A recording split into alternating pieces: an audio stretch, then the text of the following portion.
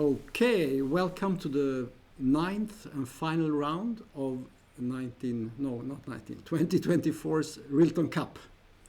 And I have my co-host Jesper, of course, and I have a question for you. Mm-hmm. Who will win this? Well, Bassam, from Egypt is, he's 1 point ahead. So it's obvious that he is, at least he will share the win of the tournament. But also beside that, he has got the highest rating. He is playing a lower rated player. He has almost 200 points more. No, not really, 150 at least. So, of course, he's a clear favorite in all ways to be the winner of this year's tournament. He also seems to be in a good form, right? Yeah, I think, he had one slip when he was playing against Axel Falkevall. In a very complicated position, he made a huge mistake and he simply lost thread and lost the game in a very complicated battle. Yeah. But beside that, not the least, the last rounds, I think he has played some very excellent end games. Complicated, difficult end games where he had shown a great capacity of calculating. Very correct, long, far ahead, and he has impressed very much. And you can feel that he is like one level above the others when he is in this type of shape. So let's see if he keeps that for the last round against the young Leonardo Costa. Hamburg player, he plays for Hamburg. Yes, even though he's got more of an Italian name, or something like that, he is playing for Germany. And interesting with that is that he has got a 24.98, almost above 2,500, which means that he needs 3 norms to become a GM. He is only an international master, and with this result he has done so far, he's got a great chance, I would say, to make a norm. Yeah, you need 3 norms to get the title, and he's on the right track. And if I understood things correct, we have some little bit different sayings but most likely he needs to win this round to get a norm. Yeah, that's what they are saying. I made the calculation yesterday, and I got the impression that he could perhaps do it with a draw. So we'll see. I think he is the one who knows it best. We hope so. So we will see. If he needs a draw, he will offer it, and I think there is a chance to get it, because that would secure the first place, of course, for Bassam. And then we have some other interesting games, and we have one more guy that can make a GM norm, right? Yes. Yeah, we have this Polish. That's right. Jakub Seeman. Yeah. And from what we have heard again, is that he also needs to win his game against his countryman Heberla. Yes. And he's playing white. So if that is the case, this can be also a very, very interesting game. Yeah. Also quite close to 2-5, one of these youngsters who needs a norm. So that will be interesting. Yeah, those two, Costa and Seeman, I think have played very well in the tournament. Absolutely. Very good play. Absolutely. Throughout. Absolutely. Fighting chess. These are young guys. They are under 18, both of them. So very interesting players. Unlucky for 2 other guys, we have this Ilan Party from India, who is below 16, and we have Edvin Trost, the Swedish player. But they have both only met 2 grandmasters, so whatever they make today, they cannot make a GM norm. Because you need to play against 3 GMs to be able to get a norm. It doesn't matter the result if you do not play 3 grandmasters, so that is why. But what could be said also is that we're behind Bassam, that has got 7 points out of 8. We have 7 players on 6 points. Right. So it's already clear that among this group we will find the winner of this year's Rilton Cup. That's true. So only those guys can catch up with. Bassam is leading with a full point. So if Bassam actually would lose to Costa, they would share first, but then they could come up with some other guys. Yeah. And we will have a group of players. And of course, beside playing for norms, there is some money involved, of course. I think it's 22,000 Swedish krona for the first place. And, then you have the other prizes. And, of course, to win the first prize sold is something that you would like to do. It's an honor. And it's an honor, of course. Okay, so now enough talking. Let's have some chess. Okay. So here we have interesting case with a guy who has not come to the board yet. And the funny thing was that yesterday when Bassam was here, we asked him, because he has actually been late. Every round. And we asked him, how come that you are late to every round? Then he said that he's actually living on the top floor of this hotel. And when he is going down to the playing hall on level 3, he said it's so many people going up and down and so on, so the elevator never comes to his floor. So it takes it with, I don't know if this is a good excuse, but at least that is what he said. So a little bit surprised. I said maybe you could start to go down a little bit earlier on, but I'm not. It seems like he didn't listen to our advice from yesterday. Huh? No. Anyway. Well, I think maybe he likes to come when everyone else is sitting. It's quiet. You can just go, and there's not a lot of talk. So yeah. Anyway, and so far the time has been enough. You could say also. Yeah. Also, yeah. Mm-hmm. But yeah. Okay, so we will go to game number 2 here, and I know this line is called the new Berlin Wall, or the Berlin Wall against the D4. You know about this? It's a drawing line. It's said to be a drawing line. So here we have Leon Liviac, who actually lost yesterday to Bassam, playing against this young Indian guy who played very well in the beginning, and then he fell down a little bit, and we haven't seen so much from him.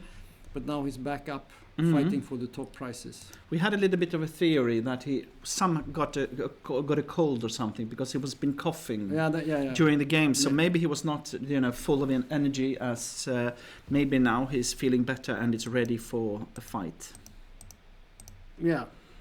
And now we have this move. Okay. Yep. And of course White could go for the Tarash. Yep. The symmetrical Tarash, but that is considered to be quite drawish, but it's a possibility. But you can also go for this line they play now. And it's E4, is that? Okay. Yeah. This is this line that has been played so much, you know. Wesley So and Magnus Carlsen and all of these guys have been playing this line, and the idea for black is that yes, White has the pair of bishops, and there is a double pawn, but black has a pawn extra now, and if White wants to get it back, they can have to exchange a lot of things, and is considered to be a very safe line for black. So okay, here we have it. And normally when you play black, like for example Ilan Parti, against a higher rated player, you can be quite happy with this type of position. On the other hand, Livic has played some really good strategic games as well. Yeah. So maybe he feels that he wants to play something safe, not the least from losing yesterday, and with his young opponent that normally they don't have the same skills when it comes to strategic chess.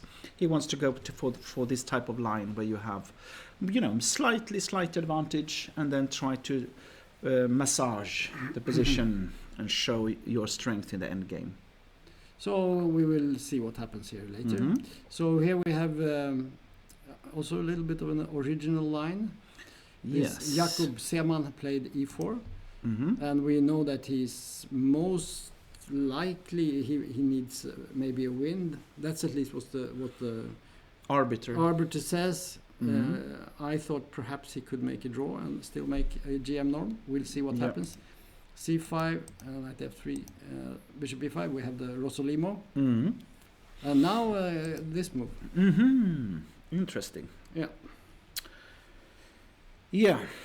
It is a line, of course, with pros and cons, but the basic idea is that black wants to take control of the center. Yeah.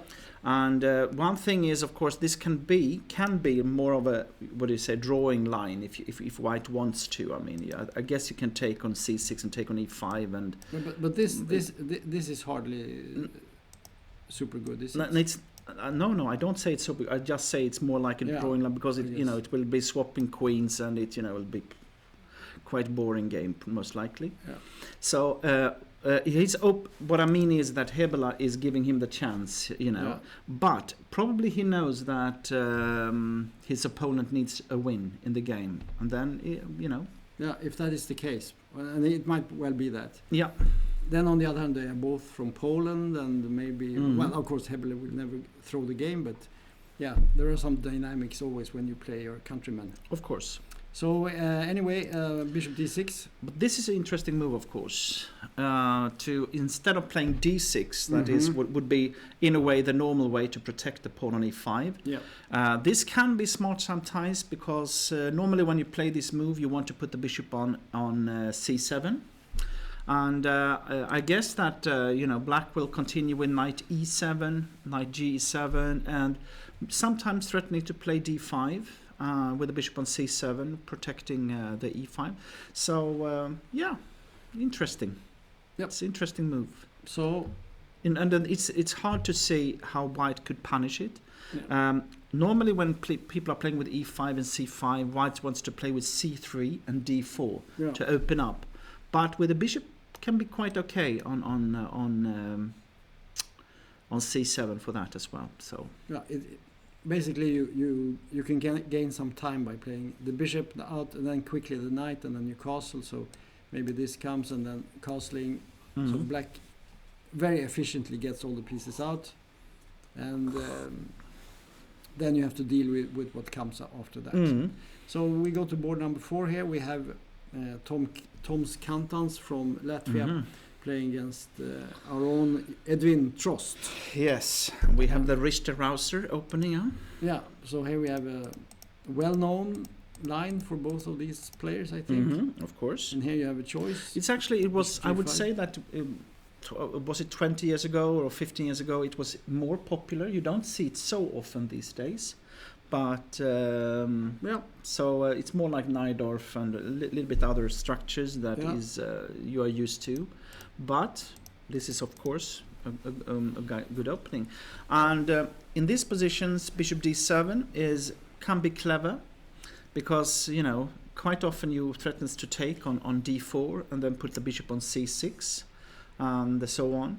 And the question is how White should play. White can play with f4 or f3 sometimes, can be smart. And yeah, there is a lot of theory on this line, of course. And you could see also that Kantans is thinking a bit. So maybe he was a little bit surprised by the choice of Edwin here, We'll see. Maybe, we'll see. Okay, so let's go to the next game. I found no idea to litigate the theory here. We can just see that. Well, we can just see how many games there are with this, and there are 7,939 games, master games in the database. So lots of games here. Okay, so then we get to another Swedish player here. Yeah. And here we have a little bit of an interesting meeting because this Bilovil from Ukraine. Is actually almost that he has made an IM norm already. He's a FIDE master, but has played very strong in this tournament and got a performance a bit over 2-5. So let's just distinct these titles. It can be a bit confusing for people if you're not into the system. Good. So the highest title is the Grandmaster title, and usually to get that you need to have a rating over 2,500, right? But to become an international master, I think the level is lower. You need a rating over, is it over 2,400, I think? Yeah. And then there are conditions. You need to make these so-called norms. And a norm is basically you make a result in a tournament that is considered to be good enough to become a grandmaster or good enough to become an international master. And you must show this 3 times. Yeah, and then you need 3. I think, isn't it that you need to have 25 games or something like that? Yeah, something. So there is some. And if you play 3 tournaments like this, you get 3 times 9 games. You get 27 games, and then you have 2 more games than you actually need to make the title. But it takes quite some time because you're not going to do it every time you play. So it's a tricky. We've both done this a couple of times. We know that it takes some time to reach those goals. So it's always an interesting thing when a player has a chance. And I think the Bogdan here, he has definitely a chance. Unfortunately, William does not have a chance. No, and the reason for that is that he has not played enough with grandmasters, because he's playing for the grandmaster title. Yeah, So he would be playing for a GM norm, but he cannot do that, and he also hasn't met strong enough opponents. No. So the average rating of his opponents is. So there's a lot of math here to calculate these things. Okay, so let's see what happens. So D4, C4. E6. But of course, the interesting thing for us is also that William is one of those younger, promising Swedish players, and now he's facing one of the Ukrainian young talents. So Right. of course, that's interesting to see. Yeah, it's still a game, and it's still interesting to see what happens. So here we get the Catalan defense, and you cannot really see anything about the intent of the players. Do they play for a win or draw? It's a fighting opening. Anything can happen. Yeah. So Queen C2 and A5. Okay. Yeah. Can be played. Yeah. Another typical move in this type of position is to play something like this. Yeah. But I think he's maybe going to play that, but he's not doing it immediately, so he plays A5 first. Maybe flirting a little bit with the option of maybe at some point play this. At least having it as a threat. Also waiting a little bit for the white setup. Yeah, where to put the bishop on C1 and the knight on C3. If you play knight C3, then it might be more interesting to play take on C4. Right. And if you don't want to put the knight normally on D2, so knight BD2 is not so attractive. Normally you want to have it on C3, so yeah. So rook D1 was played? Yeah, waiting a little bit again. And now another waiting move. Yep. Show me your cards. What do you want to do? Yeah, where do you want to put your bishop? Yeah. What do you want to do? And so of course white can take on D5, take D5 and knight C3. That's possible. Yeah. Or you can play knight C3, or you can play knight BD2, bishop F4. All kind of possibilities. Many setups. I think a very common move and likely to happen would be to play C6 later. But he's not. He doesn't want to do it immediately. He wants to keep a little bit of a suspense, and he wants to see where white. I mean, white could go for some, like B3 and trying to get the knight to C3. But in the game, he chose to play this, which is not the best square maybe for the knight. No, that's the point. Yeah, that's why black been waiting. Yeah, because now where to put the knight. I mean, if you play C6, is it knight E5 to come, for example, after C6? What is it? Or is it E4 you want to play, or what is? Well, this idea to play. Maybe just put the pieces like this, and maybe later on go for some E4 move is also possible. We don't really know. No. So we will just have to wait and see. So then we get to board number 6, and we have this Hassan Hussein Celik against Niklas Schmieder from Germany. And here we have we've seen similar in the game recently with the queen takes. Was that Celik playing that against Khan? Maybe. And the interesting thing here is that when I was young, the debate was E5 in this position for white, and then knight C6, bishop B5, queen A5, and all this, and this long version. And there was a discussion if white black had compensation for the rook on A8 and so on. But I think, at least from my experience, black is okay in that position. So. I prefer to do something like in this game as well, because the idea with taking on D4 is to get out of these long theoretical lines that is common in if you play with knight take D4, and it's a sideline, and I have good memories of playing it myself. Not many times, but a few games, and it's a good. Surprise move, and if you have looked at it and you prepared it, you're almost always you will catch your opponent unprepared. And then also the way he plays now, because one key move for black is bishop to G4 to put pressure on F3. and with that you take it away. You can even if you play knight c6, the queen can even be on e3 in this position, d2 or e3, but and then you have outruled knight g4 as well. Yeah. So yeah, you can go to all these squares. Yeah, I mean you could go here. Yep. Here, maybe here, Mm. maybe here. Mm. I don't think you like to go out here. No. So No. you will retreat. And white will then play b3, bishop b2, and this kind of slow development Yeah, in so that for sense. So it instance, will be more like a something strategic game than Something with tactical stuff. like this is possible, Mhm. and then maybe even castling here. Yep, that's the way. Okay, so let's go to the next game. And this is interesting for us. Yeah. Because we have Axel Falkevall, who is playing for a norm. He is FIDE master playing against Kaido Kulauts, who lost yesterday to Edwin Trost. Now is facing the next Swedish talent. And Axel has played I think he has played some really good games in this tournament. Yeah. And those games he has lost have been very hard fights. So I'm quite impressed by him, you know. Yeah, he's been well. And now the question is if he's up to facing this, you know, We'll see. with this good grandmaster, because I think Kaido is quite good and solid, and see if he's ready for that challenge. So let's look at the moves. Mhm. So we have a classical Rai Lopez, So and so this is called the delayed Steinitz variation, I think, Mhm. with d6. mhm, And I think the general assessment. is in the Spanish games is that if white takes before on c6 before black has played d6, like for instance here, black takes with the d pawn, and this is the best way for black to take. Mhm. But if you play the d6 line, you can do it already here. Then this type of position is slightly better for white. Yeah. Mhm. So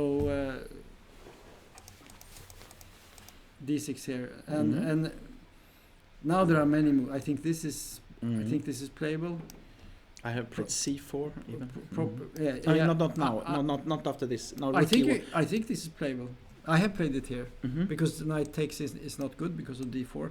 Okay, yeah. This is actually exactly. bad. That's This is maybe bad. that's possible. Yeah. Mhm. So c4 is actually, I think it may be one of the better moves in the No, position. I have played it. So, But you yeah. can be principled and say, okay, you played d6, then I Mhm. take on c6. Mhm. And then he Kaido played is rook quite a principal player, huh? Yeah, and then he played rook e1. And he's ready for d4, of course. Bishop g4, h3, take, Mm. knight d7. Yeah, I like these positions for white actually. Yeah. This is very very nice because this pawn formation on the queen side here Mhm. and in the center, it's not. My feeling when I Not so see good. this is that Axel needs a draw to make a normal. Okay. Because it's quite obvious, yeah. Because you don't play this if you want to if you need to win. I believe. Well, there you are know. people who play Yeah, these but things. I don't think that would be the case. If you play with Kaido, you want more tougher game. I think a more sharp position. But here, I think it's enough with a draw. So he wants to face white. Okay, you have a slightly better position, but I'm solid. Yeah. Good structure, and so on. There's nothing wrong with No. with black's position. It's just that you sort of end up in a Slightly worse. and the problem can arise after white has played let's say c3 or d4, or maybe just play d4, prepare d4 and play d4, because what are you going to do if you take? Then you have these pawns on these pawn islands on the queen side that are not so harmonious, and if you don't do that, white takes. And if you take it back with the pawn, you sit with this. Even worse. Yeah, it's even worse, and this happens quite a lot for black. And then you need. Usually, you won't have the pair of bishops. So you won't have some compensation for this. And if you take with a piece, again, your pawn formation. So this is really a trouble here for black in the long run, and you need to have something to compensate that. You can of course play at some point. You could play maybe c5 or something like that. Maybe this is possible. But again, you put it on the same color as your bishop on f8, so it's not attractive. Easy for white to play, and it's not clear what black is doing. So if he's trying to win this game, I think he has taken the long road. Yes. If he wants to make a draw, maybe it's okay. Mm-hmm. Okay, so here we have Tiger, Mm-hmm. the Swedish Tiger, playing against an American, Dean Ippolito. The American Tiger. Yeah, maybe he is. Maybe. So let's see what happens. So Tiger started with d4. I don't think any of these guys are playing for a norm. I mean, Tiger is already GM, and Ippolito is an IM. I don't think he has a chance for a GM now. No. So this is a pure for the money play, right? Yes. So, okay. For the honor. The honor and money. Mm. And here we get this move. Yep. I think we saw that before, right? Mm. Yep. Was that Falkevall against Bassen? Wasn't that h3 and bishop e2? I don't remember if we played the bishop e2 first, I think, but I don't Maybe, remember. yeah. Doesn't matter. It will be probably the same type of structure and so on. Yeah. Mm. So castles, bishop e3, knight c6. Mm-hmm. Bassen went for some exotic knight a6 move. But knight c6 is more standard. Mm. E5, d5, knight e5, and f4. Mm-hmm. Sharp. Mm. And here e5. Okay. Yeah, maybe it's okay. I guess so. We can check if this is some known. Yeah, it has been played in a few games. Not so many, actually. Not so many. And in this position, White has generally taken en passant here. Yeah, like that's this. What I thought as well. Yeah. But the results are in Black's favor from these games. Mm. That doesn't mean that it's bad or anything. So let's see what Tiger does. This is not a very. I have never seen this position before. Me neither. This is actually. new. It's interesting. There are so many positions, right, in chess. How come? Yeah. Well, it's one very easy way to answer it is that you know that there are more possible games than there are atoms in the universe. Yes. Because there are so many possibilities in chess, even though we have such a defined world, if you put it this way, with 64 squares and 32 pieces. Yes. Doesn't matter, there are so many possibilities, and that means that even though we have seen billions of games through all these years that chess has been played, still there are so many possibilities left, and the games left, so that's why. Yeah. Okay. We had this exchange on e6, which definitely makes it an uncommon position, right? Yeah. Because you don't see that very often. Now the question is now if White should play maybe knight ge2, because my feeling is that the f4 pawn can be weak. That's a little bit. Let's try a knight little f3, then we begin bishop with knight h5. and we look at annoying. We want to see so let's see. Can we protect it and just sort of? But there's queen also d2, then knight g3 even maybe. I don't. Do you want to? Yeah, I'm thinking if you can, be really. But I don't know. Maybe this is too much. Maybe I don't know. I don't know because how do you protect it? I mean, yes, you could play this, right? But even a move like this could be annoying. Yes. Because agree. White's pawns are a bit strange here. No, that's why I thought that knight e2 might be the move, So you're very careful here. You want to. But even then, the e5 is annoying.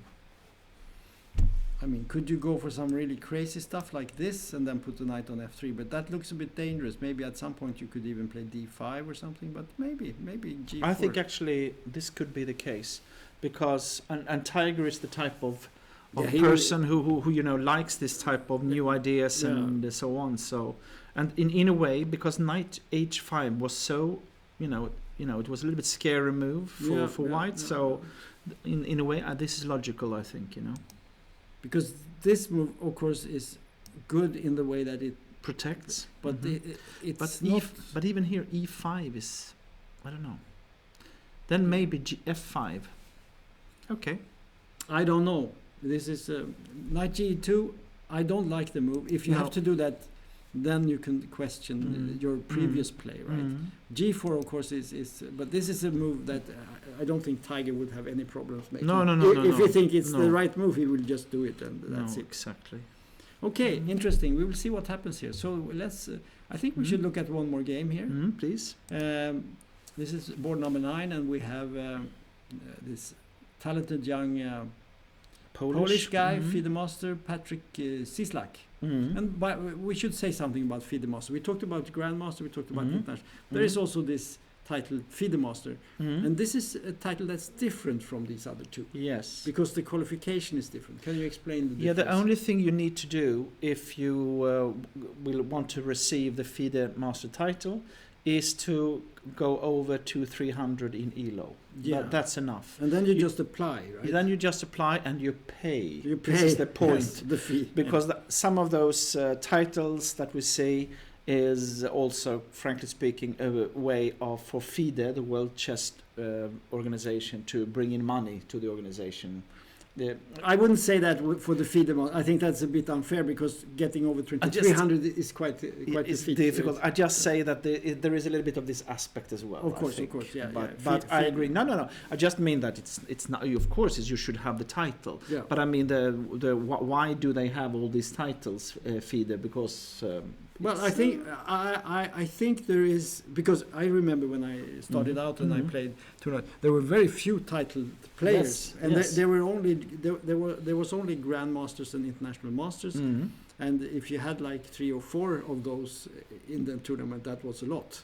And nowadays we can look at this tournament, almost everyone has a title, but not so many Grandmasters, but quite a lot of IMs and very many FIDE Masters and also Candidate Masters. And the thing with the Candidate Master and FIDE Master is you don't have to make a lot of norms, you just have to raise your rating and then you apply and you get the title. And I think it's a good thing, and it spreads the interest for chess because everyone wants to have a title, and I think everyone should have a title. I'm not against it. No, I know that. I'm not against it, for sure. Okay, let's go. But now we know that. That's good to know. Okay, so here we are, and we have Cieslak. And again, Patrick. our arbiter said that he needed to win. So he is playing for an IM norm. No, for a GM norm. No, IM norm. Sorry. I think he's playing for an IM norm. Yes, that's right. And that will be quite a feat for him. So he plays against a seasoned international master, Khan Kushikshari, who has had a little bit of bad luck here. Yeah, but also I would say when you see his play, it's been a little bit uneven. I agree, yeah. I think that, especially what is always with Khan, because I know him since many years back, that he's a fantastic fighter. That's his strength. Yeah. He showed that yesterday. Yeah. So sometimes his play is not, on highest level, but I can tell you that always the way he's fighting, taking chances and so on, then he's amazing. Right. So when he also gets his play in the right mood, if you put it this way, he can be really strong. That's true. But here it's been a little bit uneven. You can see, that he lost some games where, his play was not so, convincing. No, yesterday he sort of drifted quickly into a position that was uncomfortable. Yeah. And then he went from that to losing a pawn. And then he started to fight. And then he started to fight, and then he made a draw. Yeah. But he went all the way down, and then he managed to get up. Yeah, exactly. Okay, so let's see what happened. So E4 was played, C5. We get Sicilian. So Khan is playing the Khan. Yeah, that's right. Yeah. This is called the Khan variation, but it is with only one A, and Khan, of course, spells his first name with 2 A's. What do you think about this line? Well, it's one of those old lines, if you put it this way. Just like when we saw this more Richter-Rauser version. You don't see it so often today, but I think when you and I were playing 25 years ago, this was very common that you saw this kind of systems for black. And I think the problem with this line is a little bit that you give white several possibilities also how to develop his pieces. Like white can choose either to play like in this game with c4 to take control of the center and have like a more space, or you can go for knight c3 and a quick development. Both are possible. So But it's I'm sure it's playable, like most of the openings that I can say in general it has one flaw, I would say, and that is the fact that you put everything on white squares like this. And sometimes they even play G6. They even play G6, and then you get all your pieces on white squares, and that is what we call a Swiss cheese formation. A Swiss cheese, that's okay. I didn't know that. Lots That's of good. holes. That's lots good. of holes. Okay, Yeah. okay. So, and usually you say that you should avoid the Swiss cheese formations. Yeah, because but it turns out that there are dynamic possibilities. Like B5 and D6 and you have the B5 break, you have the D5 break. Bishop C5 is a possibility now that you not always see with the pawn on D6, of course. No. There are possibilities that will be possible in this line that you don't see in, for example, the Najdorf or other versions. Okay. But I think when you play black here, you have to be very careful. You need to put your pieces on the right squares so that these holes don't become big problems. Yeah. So anyway, in this game, I usually just mentioned Bishop D3. I think in the old days this was the main move here. I play it as well. Yeah. And we have one player who has played this with black a lot, and that's Yevgeny Agrest, who comes, I think, from Russia, Belarus initially, but has played in Sweden and become Swedish champion many times and so on. And he played this system. I don't know how many games we played it. And he plays it good, of course. And he plays it good because he has this dynamic.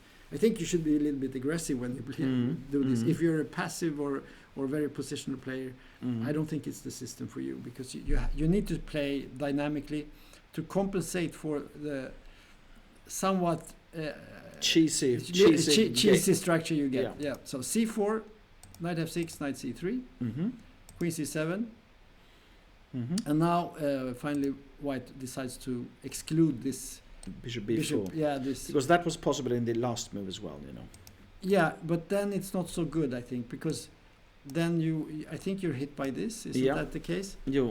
Probably, yeah. Is it that? Yeah, I think you're something right. like that. Or yes. Is there some queen A5 move here? No, I don't think you can just take here, right? No, is it queen A? There is, there is some line at least. I cannot remember. I think this is playable. So actually, I think this is not the best move. I think this is the move they play. This is this is one of the moves you can play in this position. There are some very, very interesting tactical lines here in this opening. But okay, let's not go too deep into this, because the strategic ideas is still that black is trying to hit on E4, and now he avoids that with bishop with a pawn to A3, and the bishop cannot be put on this square. So the negative side of playing the bishop to B4 is that if you're not going to take on C3, because you don't want to take that, because then you don't have a defender on the black squares. Then the holes. Then the holes can be really nasty. So white is not at all afraid of the double pawn on the C file. If you could force black to take here, and you can take with a pawn, this would be excellent for white because of all the weak black squares. Anyway, let's see what happens. So he didn't play E5 here. It wasn't this position. No, so that's why. It was queen C7. That's why. A3, B6, and F4. So now you can see that black was taking out this possibility of playing E5 in the last move, and now white is activating this idea again. Right. And the bishop B7, interesting. Because now you allow white to play E5, but I guess after E5 you play knight E4, is that correct? Yeah, I guess so. What else can you do? But this looks fairly good here, right? No, because it's if you can swap off that one, you still have this bishop C5 ready and knight C6. Yeah, and now you get a very good diagonal. Exactly. Here. And this bishop can come here, and So you want to play E5 at the right moment. So okay. Bishop D3. Now maybe E5. Knight C6. But then now he took it. Yeah. And you can see that both players are well prepared because this is something they have been looking at. And now e5k. E5, yeah. Queen e2. Yeah. Castle long side, short side. Okay. And this position. And bishop e3, okay. So we'll just have a quick look. This has not been played before, as far as we can see. Interesting. So we are in new territory. And it seems that the Polish guy here, Patrick, now it's out of theory. Has used up almost half an hour. Mm. And Khan is still blitzing out his moves. Yeah. But you could say that now, I guess also Khan will start to think. What has happened here is that you have castles on different sides. That means that both players normally wants to go for an attack. Yeah. White has got one obvious move, and that is b4.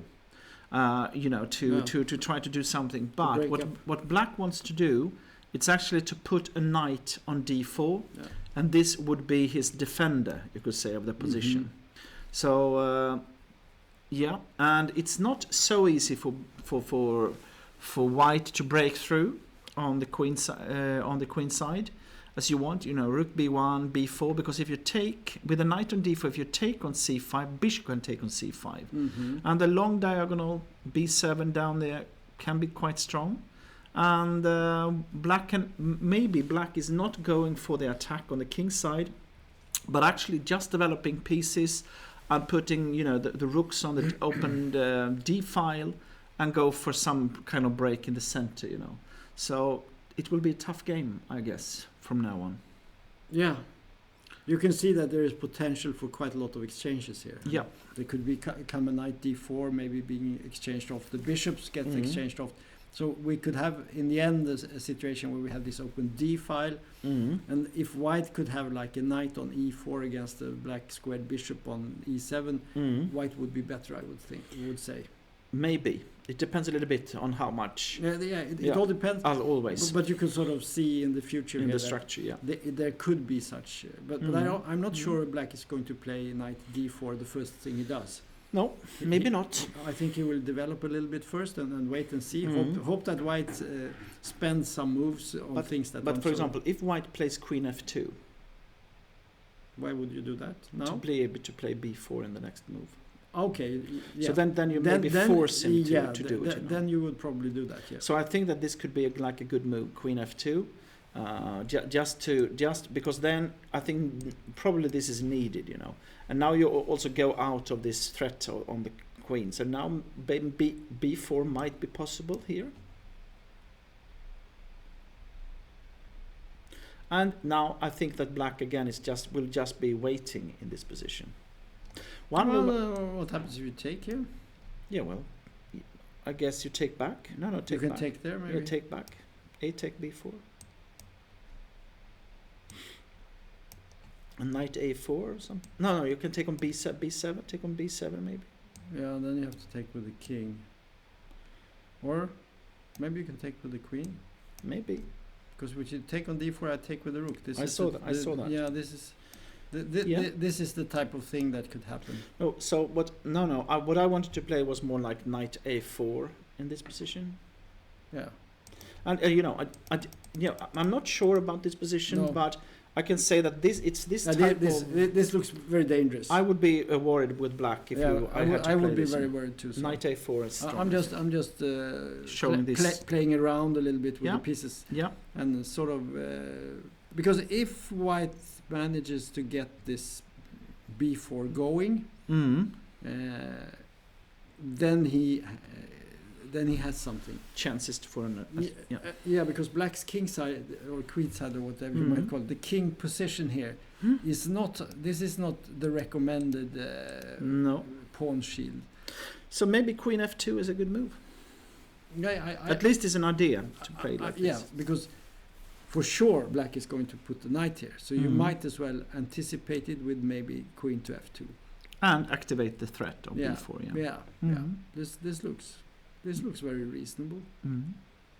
Okay, let's go to I think we should maybe go back to the first game. Yeah, we haven't seen that really.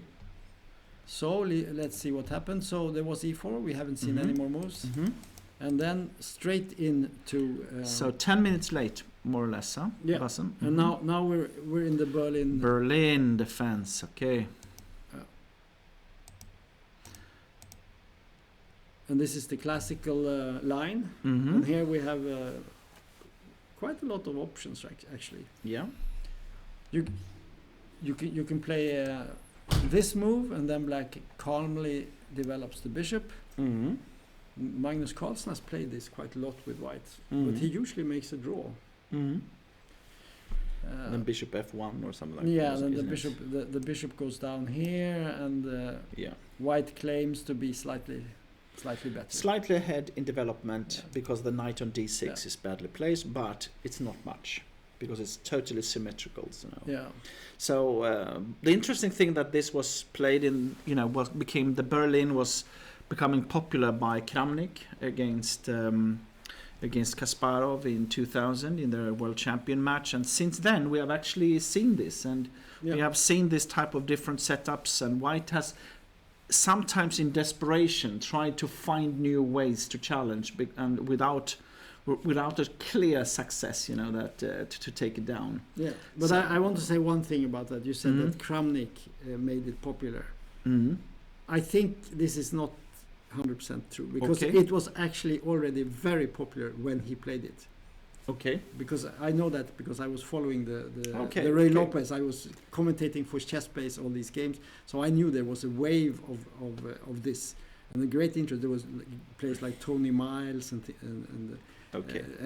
guys like that playing it a lot. So I think Kramnik actually was jumping on a train that was already in full movement. Okay, I buy that. Yeah. Still, it is of course when it's played in a world championship match.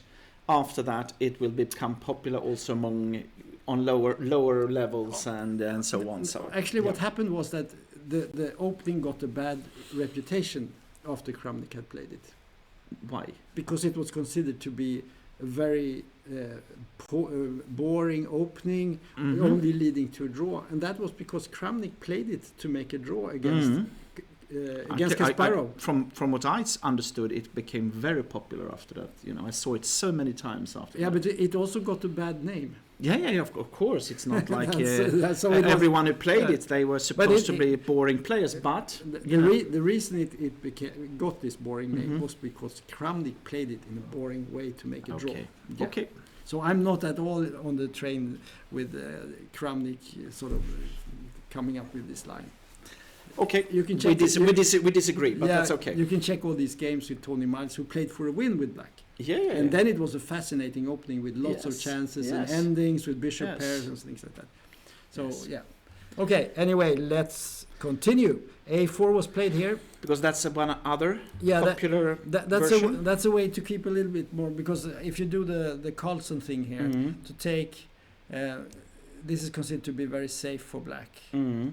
So to liven things up a bit, you can play A4. We should perhaps mention also that in this position here, rook E1 is considered to be a little bit. Well, it's not the best. It's almost a Kramnik move. Yeah, this move is D4 is the tough one. Yeah. This is. Then you get into the Berlin ending, as it's called. D6. Yeah. Okay. Anyway, so knight C3, A6, bishop F1. Okay. And D4. So. This is a sharp one. Yeah, this is very sharp. And I don't know if this has been played so much. This is new to me, I must say. I don't know this. I haven't seen it. So you just sacrifice one more pawn. Yeah. So obviously... So we have to analyze. My feeling is Costa wants to win. This looks like almost a desperate try to win. Yes. Vad säger du, Jungmin? You just shake your head and... We don't know. Let's have a look. Okay, what is the basic ideas? Yeah. I don't know. So I guess if you take with the pawn, let's start there. 95. I would guess that this is the idea, right? But is there some bishop D3 or something coming? What happens if we just castle. Is there some catastrophe? Or you just take on e7 and take on d4 and have the pair of bishops. But Well, it's not a very impressive, you know. But I mean, you're a pawn down Exactly. So I mean, this is crazy. Yeah. Well, with computers you can analyze this, and they say that when you survive with white, or maybe you're better even. I don't know. It's. I guess there is some computer. Okay, he took knight f takes d4, and then. Rather quickly he played this. So obviously, and Costa is. Yeah, and he took on e5. Yeah, this has been played. Yeah. Take d6. And knight takes. Knight e5, yeah. Bishop b6, take. And we have this type of position, like I said. Yeah. Well, I mean, it was a pawn sacrifice. It was obvious that black was going to become a pawn extra, but... So what has happened here is actually that white is now saying that my pair of bishops, the open center, the long diagonals will compensate for the pawn. Yes. And what is good with this is, of course, that we have seen how strong Bassem has been. When he has got the initiative, when he is like, you know, attacking and so on, it's very, very strong. Yeah. So in that sense, this could be smart maybe, you know. But of course, if you're pawn down against a grandmaster of 2650, it can also be a dangerous strategy, if I put it this way. You know, so... but, I mean, we saw yesterday Khan, when he played with a pawn down with a pair of bishops. It was not so easy to do anything against this pair of bishops. It's quite a force. Yeah. So white has already in the bishops some compensation for this pawn. Yep, but the question is how to continue in this position. Yeah. I mean... I don't know if you want to go for, you know, bishop d3, queen g4, and put pressure, you know, to make some concessions. And queen on f3 is also very interesting. But what I thought was that if you play bishop d3, what does black play then? Yeah. Because bishop d3 or queen f3 this looks like a normal move. Putting some pressure on b7. Another idea is to put the bishop here first and have some action on the diagonal. Maybe later with the queen to f3, something like that. White have some prospects. Because queen f3, d5, bishop d3, knight d6, queen g3, and suddenly it starts to be. Yeah. You know. We should also mention here the rook up and over idea, to play rook here and go for this thing. Yes. I think that's also part of White's toolbox, right? And you can see that Bassem has actually been thinking quite a lot. So in that sense... There is one piece I don't like so much, this one. What's it doing there? It's just standing out. Yeah, it was a bit of a strange placement. Target, right? For me, knight g... Okay, but knight g6 actually is threatening to play queen d4, maybe, you know, if you don't put it there. Yeah. I'm not so sure about black's play here. And I don't really like this so much. No. I mean, is this the plan? Something yeah, like maybe. This? But again, rook a3 and so on. Actually, it's a little bit unpleasant for Bassem, even though still a pawn is a pawn, but now he needs to find a good setup, you know. But of course, white too needs to find a good setup. And even, I mean, this b4 and bishop b2, it's very interesting idea, and you have the rook a3 and so on and so forth. But there is also, this is not so harmonious to have a pawn like this. This could be a target at some point. But I think white has reasonable play. I think this has been quite a good opening for white. He has only lost a pawn. Yeah. But he has some things to look forward to. So let's jump ship here. We go to the next one. Yeah. Here we have this ending. Yeah, that's typical ending. Yeah. Yeah.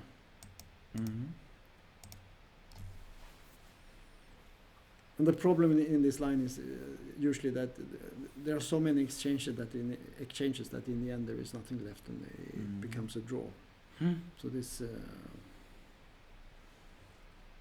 Is it long castle or what do you try to do here?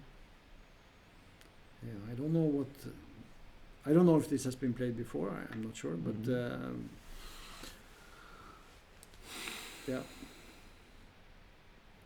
I mean, black has obvious moves. At some point, maybe put the bishop here. Now, white needs to take the chance to put pressure on black. That's important, of course, you know. Yeah, he took. But he actually took. Okay. Yeah, that's a possibility. And now you can take on e4. It is possible, but then let's check this first and see if you have to take on e4. Okay, or some castle long side. Do you want to do that? Yeah. Don't you think so? Yeah, at least you get a check. And you protect b2 pawn. That was my point also. Yeah. And you can put the king here. Probably king c6 or something like that, I guess. Yeah. And then what? I don't know. Knight D2, yeah, something like this, and then you can go to f3 or c4 or even b3. And put pressure on e6 with rook a1. Yeah. Slightly better maybe for white, but it should be absolutely okay, I think. Yeah, there are different ways this could develop. I mean, one possibility is that you get some rook ending here with the black pawns a little bit more ruptured. We have the pawn islands here. We have the pawn islands here. These pawns, two pawn islands we say, and black has 3. So this is just a guideline. Normally we say that having more islands is worse, and having less islands. But even here, if you take on e4, just to show this game. Yeah, this is possible. But then you have something like and this. And king f6 or bishop g7. Yeah, but now it's. Or bishop g7 could also be played, but we have opposite colored bishops. Actually, what about bishop g7? What is happening after that? Do you really? Should you go to f6? Is it better? No, bishop g7. Yeah. That's what I'm thinking. Yeah, because if you make long castle now, you also have like first of all you have rook d8, but you also after that you have rook f8 at the moment. You know. Yeah.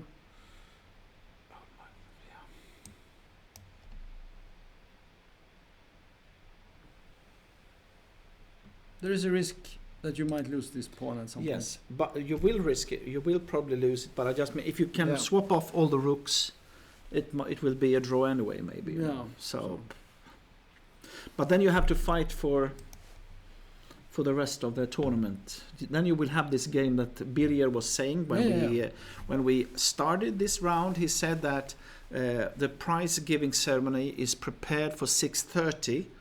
Tonight, as long as not we have this type of long game, then they maybe need to postpone it, and this could be this game. But I can tell you one thing: I have the record for last round in Rilton. In Rilton, and in I think in many tournaments, because we started playing I think 4 in the afternoon, and my game, and then in those days you played, you could play very long games.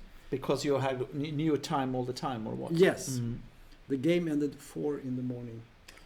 4 in the morning? Yes. How many moves? I think it was over 100 moves. I played against Ole Jakobsen. It was a queen ending. Oof. Yes. We played for 12 hours. And I won the game. I thought if it would have been a draw, then it would be. Yeah. And the organizers were sitting and watching when we played, in the night.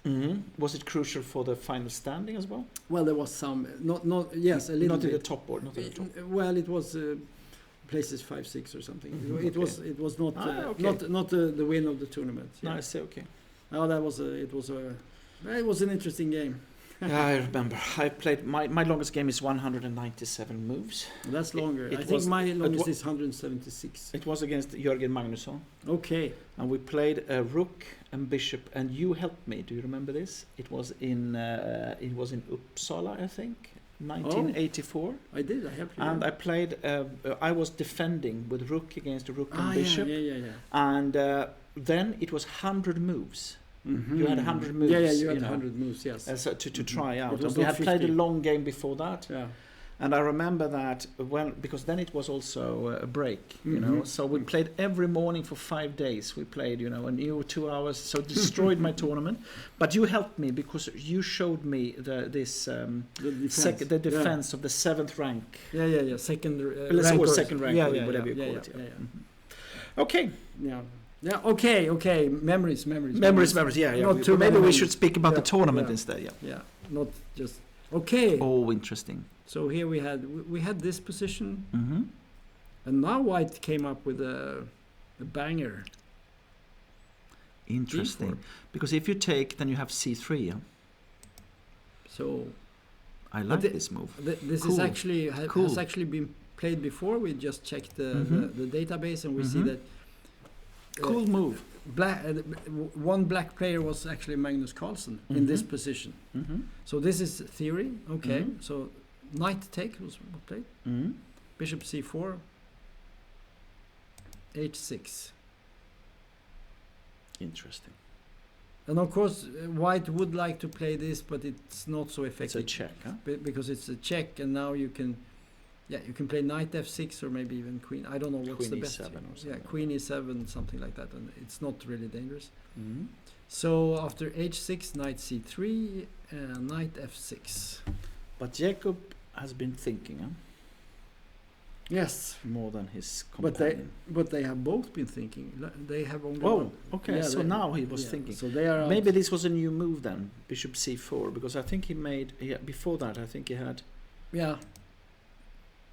We have left the few games that have been played with this before. In principle, I think I want to be black here. I would say I'm not so. I think that's why I said that there's something before this. It feels like when you play Bishop c4, do you really have compensation here? It's like I'm not sure about that. This looks like a very, very. Okay, he's playing for a win. Okay. Yeah, of course. But okay, knight takes. But I mean, what you could take the knight, couldn't you? With a knight take d4. Yeah, Bishop c4 is the move they played before Okay. in this position. So. So it's the same. 24 games, master games has been played with then, Bishop c4 yes. here. So we have to. And then h6, and maybe now, why not? Then after this, maybe c3 instead. I guess. Yeah, h6 is the main move here, according to. And now is it c3 now? It's actually take on d4. And then c3. c3, a couple of moves with c3 has been played, but with blacks, I mean, you take on f3 and so on. But this is actually in the game now. They played knight c3. This is a new move. A new move, okay. Knight f6. Because my idea was that after, if you take on d4 and then play c3, then black has got a little bit of trouble because you cannot take on c3. Yeah. So I think knight c3 is a mistake. This move, I don't like it. Because after knight f6 now, how can you show anything here with white? Yeah. What can you do? No, you need to continue to maybe knight go d5 or whatever, but you don't want to exchange everything, right? No. Okay, we will see. We will see. Yeah. So let's go to the next game. So we have Edwin in the Richter-Rauser again. No, it's Kantans plays white, yes, in the Sicilian, and we have Edwin. So let's see what happened, because we had this Bishop position. yeah. This one. And now we get f3. Yeah. One of many setups, I would say. Take. Bishop b7. h4. Queen c7. King b1. Always a good move to make. Queen d2. One problem is because this line f3 it's quite. It's what I like with f3 is that you quite often have the possibility to sacrifice on b5, bishop take b5, and so because you have a solid structure. Yeah, so if you get 3 pawns, you will have a good position. But the problem is that you do not put so much pressure on black, because if you have the pawn on f4, you always have e5 as a possibility. It's much more direct. Now it's more slow in a way, And g4, if you play g4 with white, it's also concession, because it can be weak on the low, and the diagonals, the b7 down to h1 and so on. So, yeah. There's a lot of theory on the lines with f4 and f5 and things like that. Not so much on f3. It's because it's not so forcing. No. So it's more. Slower. It's much more difficult to pin down exact lines because there are many ways to play. Okay, so in the game there was queen d2, h6. That's a bit of a concession to play h6, but okay. Yeah, but it has a plan. Yeah, sure. I saw that. Should be h5, huh? Yeah, and he played h5. To keep down g4. Yeah. And the problem now is, of course, that f4 will not be played because then knight g4 and you have a nice square, most likely. One move is, of course, to play bishop g5 back now, as you have a square. But, yeah. And then the question is the pawn better on h5 than on h7? I'm not sure. I don't know. Well, in the game he didn't play bishop g5. Exactly, play bishop d3. Bishop d3. Now you have one classical trick here is also that you can play if d5 or something like that. Maybe not immediately, but sometimes you can play e5. Yeah, that is one of those moves. I don't know if that works here. Me neither. You can play bishop f4 and take on. Maybe you can take on b5. You can take here, right? And yeah, and then the question is what is this position like? King take. Probably it's okay for black. I think it's okay for. I think it's okay because you want to exchange queens. Yeah. So I would be quite happy with black here. Me too. But it's a game. Yeah. So bishop d3 is played, and we'll see what happens. Okay, let's go to the next one. So here we have William, who unfortunately cannot make a GM norm here. A very strange position. Yeah. So let's see what happened. We had we had this position here, and black.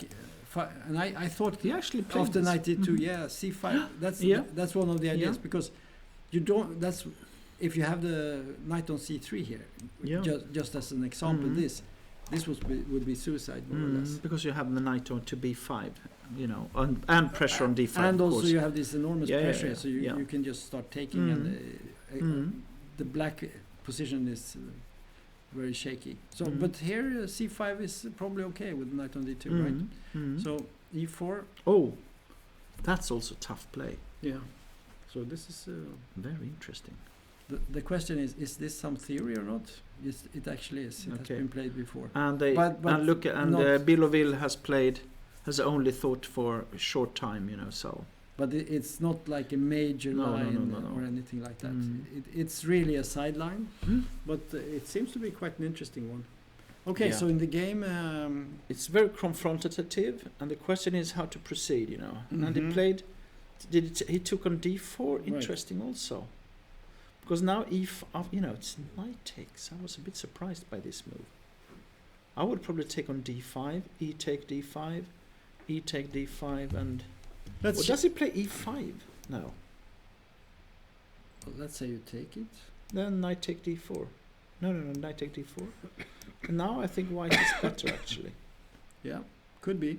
Because if you take with a pawn, you can take knight take, and you're threatening to play knight f5. This is almost winning for white. So it must be instead e5.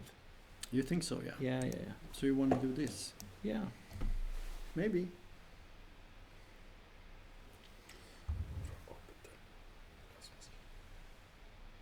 Okay, so we have a message from the arbiter that we have an IM norm for one of the players, but I don't think it's one of the players on the top boards. We're going to check it here. Ravi. Yeah, he does the draw. Okay, in 15 minutes. Yeah, okay. So we will check that later, go into it, and there will be lots of norm talks later. Yes, of course. So we're going to sum up the norm situation later on. But this looks interesting, at least. Yeah, very complex, and this is the type of when you get the position like this. There are all kind of takes in the center. Then the clock starts ticking very fast, right? Because you have so many options. You can take c4, you can take e4, you can take maybe not take, and so on. There are so many options. Anyway, in the game, he took here, and because I think if you play e5 here, it's not so good because then you can go here, right? And this pawn is a bit weak. So he took back, Mm-hmm. and now e5, knight f5, and d4. Mm-hmm. Yeah, that's quite the transformation, I would say. Really, really, really. But black's pieces are fine in the sense that you have a nice square for c5, and this for the knight on c5. But this also is good connected to the pawn on a5 Mm-hmm. because it takes away the possibility for white to play b2 to b4. Right. So in that sense, it's like these different moves are fitting in, Mhm. if you put it this way. Yeah, You know, yeah. So here, for example, knight c5 is fine if if you get the chance. So William, he played. He plays so F4. sharp. He plays so sharp. But okay, bishop c5, also very logical, I think. Threatening d3. Yeah, So, I have a strong feeling that both players want to win this game. yes. There is no urge to get a draw here. No.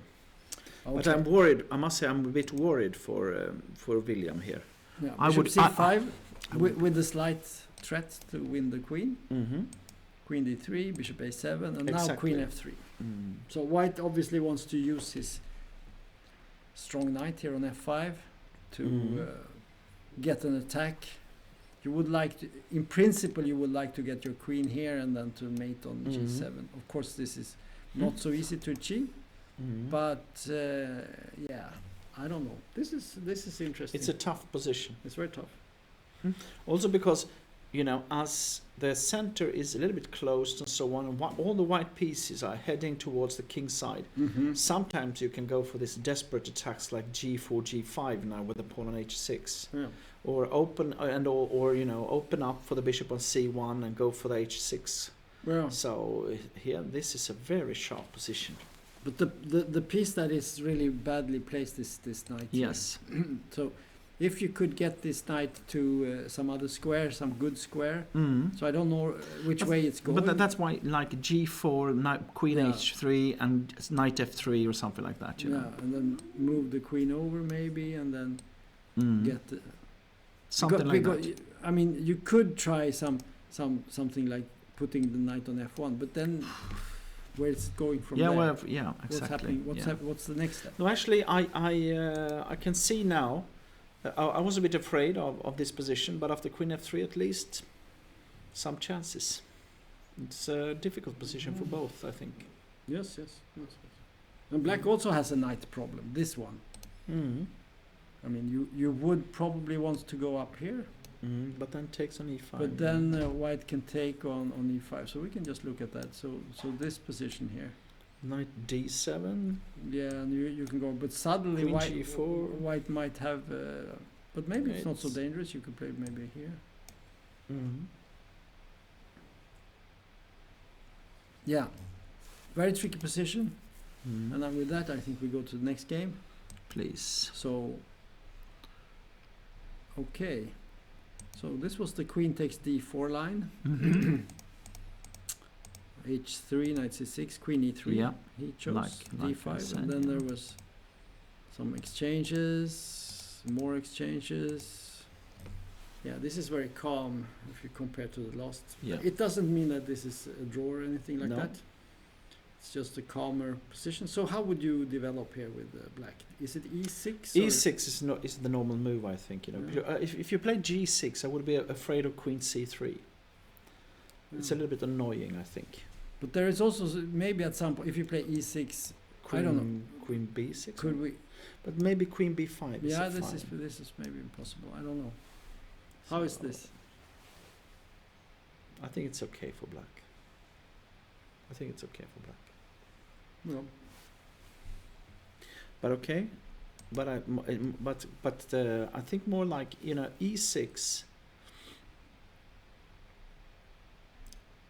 Again, queen c3 is a little bit annoying actually, because how to develop? You don't.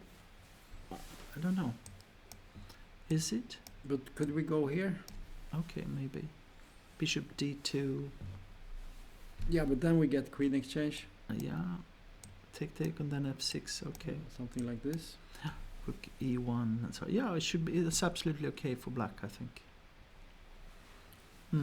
It's not No, unreasonable. but you just what is can happen here if black can play like e6, bishop e7, and castle, he will have a fine position. So Right. if white would, white needs to find something here, I would say, and to make some kind of pressure on black. Otherwise, it will be Yeah. problematic. But if you had to choose black or white, Yeah, I would say both both okay. is okay. But the question is, queen takes c2. This is the real tough move, Yeah. But then you're taking on some. then queen b6 maybe or something like that. Yeah. It's annoying. Also, just something like this and putting the bishop on c3. Yeah. Because if you take on b2, you I just say that. Yeah. I wouldn't do that, but Yeah. I can see many possibilities for white to get. I can to see play. this becoming very sharp. Mhm. So, but this is it's a possibility. You could take on c2. But I I think queen b6 is also very strong. But yeah, okay. Yeah, this is also Because good, then you good almost possibility. need to play bishop d8. You mean knight? Knight to d8. I'm Yeah. sorry. Yeah. You play this move and then You I don't know. I don't know. Queen b6. It's sort of And then you hope for the best. yeah, maybe knight. Bishop f4. Yeah. Knight d4. Yeah. Okay, we'll see. Okay. So let's go to next Yep. game. Then we have Falkevall here. Yes, fighting for a draw.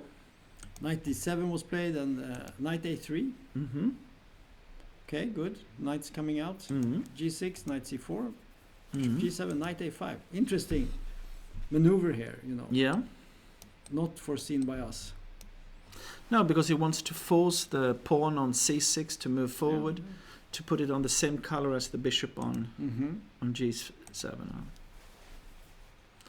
Okay, a4 to come, b4 to come, and then the black will have worse pawn structure.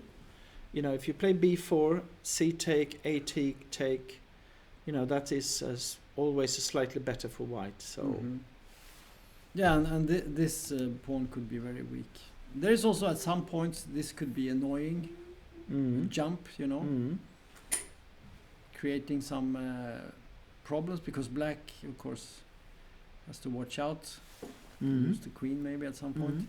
So yeah, I prefer white here. I think white is better, but that doesn't mean that black's position is no. And horrible. It's still playable. And I guess. Kaido has been thinking a lot, actually. Yeah. 45 minutes for 13 moves, so yeah. Yeah, because he's trying to create something. Yeah, exactly. He's doing something here. He's really trying to find something. And this maneuver with the knight here, I mean, yeah, it's interesting, but it's not clear what it's.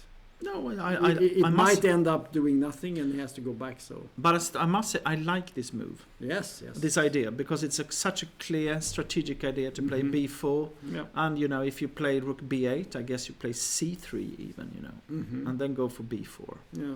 And you want to force black to take, and then Yeah. you have a weakness on a6. So And you can always move the knight back to c4 at some point if you need. It's not very easy to play c6 d5. There will be weaknesses, and the knight could even maybe go even here, and at some point maybe even here. There are many options here. No, I think that black could play for castle and f5. That is, the most. That is an active play to get some kind of play on the king's side. Yeah. And the logic with that is also that now white has got his knight on a5. That means that if you could play on the king's side, the knight will be away from the action. Yeah. No, but I think black's position is fine. If he finds the right way to play here.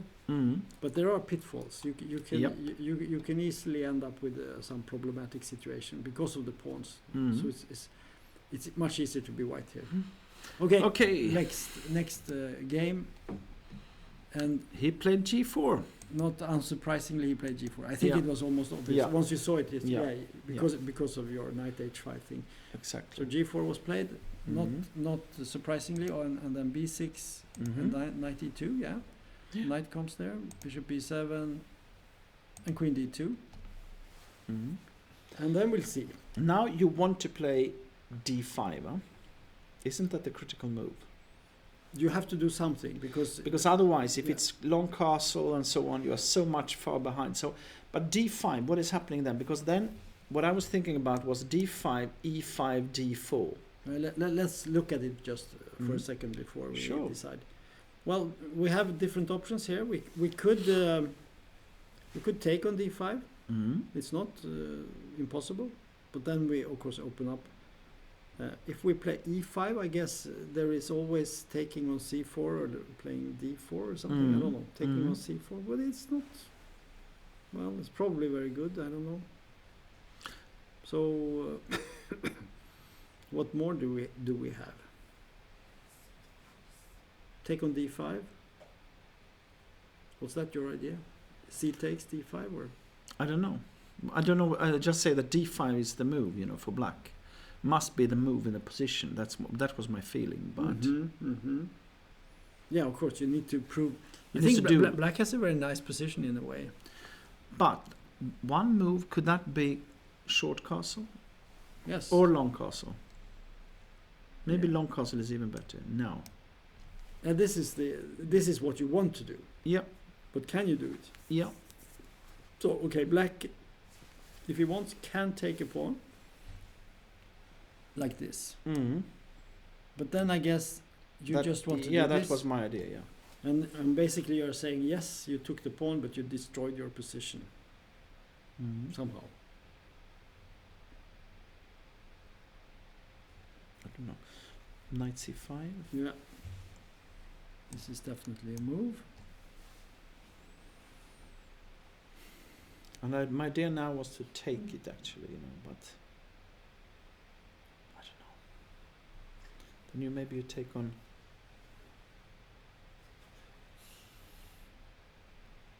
Can you take on c5? And if you take on d2, my idea was here, if you take on d2, you take with the king. Yeah. And if you give it check, then you check with the bishop. So you have to take on c5 instead, huh? And now king e3. It's also very much a tiger style, We had the king on e3 yesterday, you remember? And we saw how good it was. Yeah, it was very bad. But then there were queens on the board. I know. So this is not the same. No, I like your idea here. The king walk to e3, I think is excellent. Because this is not so good for black. No. So this could be his idea, maybe. I don't know. Is there some, getting some Mm. check, Mm. something. I don't know, something like this. Hmm? Maybe I don't know. Maybe it's not so easy. Maybe No. I think this is a very unclear position actually. Maybe it turns out that this king is actually bad on Mm. e3. Mm. Okay, we will just have to wait and see. Mm. Very interesting position, and Yeah. I would say typical tiger position. But the question is there any alternatives? Is it knight c5 in that case? That is the alternative. No, I think d5. It's so logical to play. Yeah. Because But- I think but- if but- you play knight c5, But I think don't you take it then? I think there is also, you have to think of the dynamics between the players here. We have a grandmaster with a 2468 rating, playing against an international master with 2324, and Dean Ippolito is not one of the young guys. Let's say that. Nope. He has been around for quite some time. He's a seasoned player. I don't know if he's ever been a professional or anything like that, but he plays a grandmaster in the last round. He's black. Will he actually dare to go in for something really? I mean, he has seen Tiger's positions and the games he plays. He's very good at sacrificing exchanges and pieces and things like that. He's doing it all the time. That's his life. But on the other hand, he plays a sharp opening against Tiger, so he's a bit inviting him to go for an attack.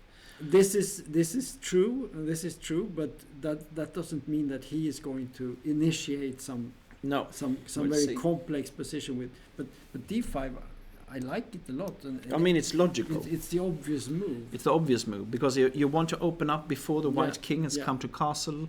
You have pressure on e4, and there are many threats. So for sure this is. But maybe you can play something like I don't know if you should play e5 immediately or if you should take once and play e5. Because if you play e5, maybe you take on. Then you can take here, but Take I on don't f6.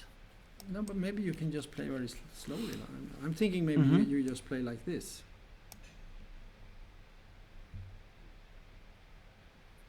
But this is winning for black. Yes, probably right. You're just a Yeah. knight. This is not. This is not. No, This this is is not possible. this is only in for bullet games. Mhm. So probably you have to maybe if you take Now e5 d4. yeah. That is one question. Is this possible? And if you take on Maybe this move. h1, Now you do this maybe. yeah, but even that position, Yeah. yeah, queen e7. And then we take here. Yeah, you take back maybe. I don't know. Yeah, You take this. yeah. Queen take maybe. Castles. What is this like? I just thought that black was okay here. Yeah, that I'm just thinking. This could be from a material standpoint. Mhm. You could play something like this. Well, there is always this Bishop check c6, yeah. at some point. I don't know. Okay. Okay, but he didn't do that. As I said, I think he I wouldn't- said the other possibility was Yeah. knight c5. Yeah. Mhm. No, this is a very logical move also. Because now, the next move could be d5 also. Mm-hmm. Might be even stronger because if you apply d5 with a knight on c5, if e5 you can play knight e4. Yeah. So Yeah, I agree. Very interesting. I'm very w- shocked. And with that comment, we are going to jump ship. We're going to check this game. The Khan, played by Khan. And now b4 came. So we just have to see what Did he happened. play queen f2? So I we had thought? castlings. Mm-hmm. We had c5, bishop e3, knight Mhm. b8, Mm-hmm. this whole thing. And Rook, here- rook a d1 he Okay, played. I thought Yeah. queen f2, but it doesn't matter. Okay. Rook b, Okay. king b8, Okay. Yeah, that was surprising. King and b8. now queen f2. So you were on the right track, and now Mhm. b4. So now basically the thing we looked at, but in a slightly different Mm. way. Actually, doesn't this look quite good for white now? Yeah, Because if you play knight d4, then you can take on c5, and And if you open- take with the bishop, then you can play rook d1. Yeah, but I thought this position already. This position we looked here. Somehow I felt that should be better for white. If I get this type of position, I always think, well, this cannot be bad. I mean, But the only thing is that Khan has been thinking, it feels like it's like a preparation. Maybe it's a bad preparation, but still. Okay. Okay, preparation doesn't always mean that it's so good. I mean, No. so you shouldn't overestimate those things. Anyway, interesting position. Nothing is we cannot see the end of this. This is going to go on for a long time. But right now it feels like as if white has got some kind of pressure at least. Yeah. And the question is, how dangerous is it? Mm-hmm. Because there is a big risk here that we are going to get into some rook ending or something, because you can see all these pieces being exchanged, right? But how do you defend if you cannot play? Let's say knight d4. Yeah, let's just do that. And then you take on b4, c5. Okay. Now you take on b. Maybe this is okay, I think.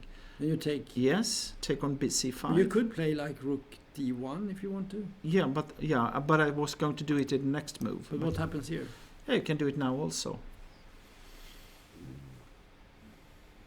This looks good for. Yeah, that's what I say. Yeah. That's why I say that, what do you do after b4? Because if you take it, then you take on b6 in between. Yeah.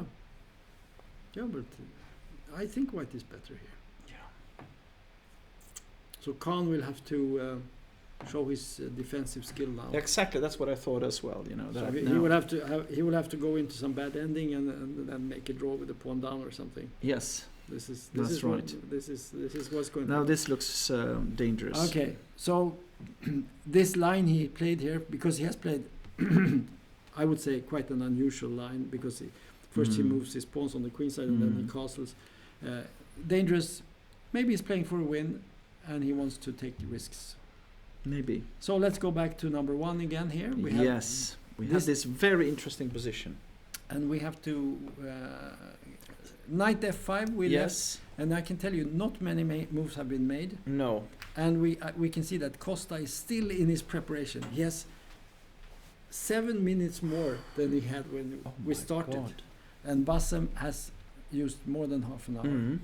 And after knight f5 he went for this rover. But now here he was thinking for a long time. Yeah. But maybe this is interesting. Maybe this and this is the mistake maybe as well, you know. Yeah, of course it might be a mistake, but it's such a, you know, if you want to attack, it's such an attractive move, because suddenly you get an extra rook that's standing on a1 and you get it to maybe h3 or f3 or whatever. So okay, knight a3, c5, rook f3, and now I would say a move. I would never even think about playing a5 in this position. Would you consider that? Actually, what it does, because I had one, maybe Bassem is going for knight d4. That was my idea, you know. That why did he play c5? Was my first thought, and then he wants to cut off the long diagonal and is ready to go for that, you know. But then I thought, if you play a5 and white plays, for example, b5. Then they are stuck on white. So then after knight d4, at least you have forced white to have the pawns on the right, wrong squares, you know. So I guess this is the idea, actually, a5. It's a very deep move. Yes. I think. Yes. But he's a deep player, Tom. Well, he's very, very good. But sometimes, I mean, as always, sometimes these deep things are not so good. I mean, it doesn't mean that, but okay, I can see there is a point to it, of course. Well, the obvious answer, of course, always is b5 here, right? Yes. Or go for bishop d3. Yes.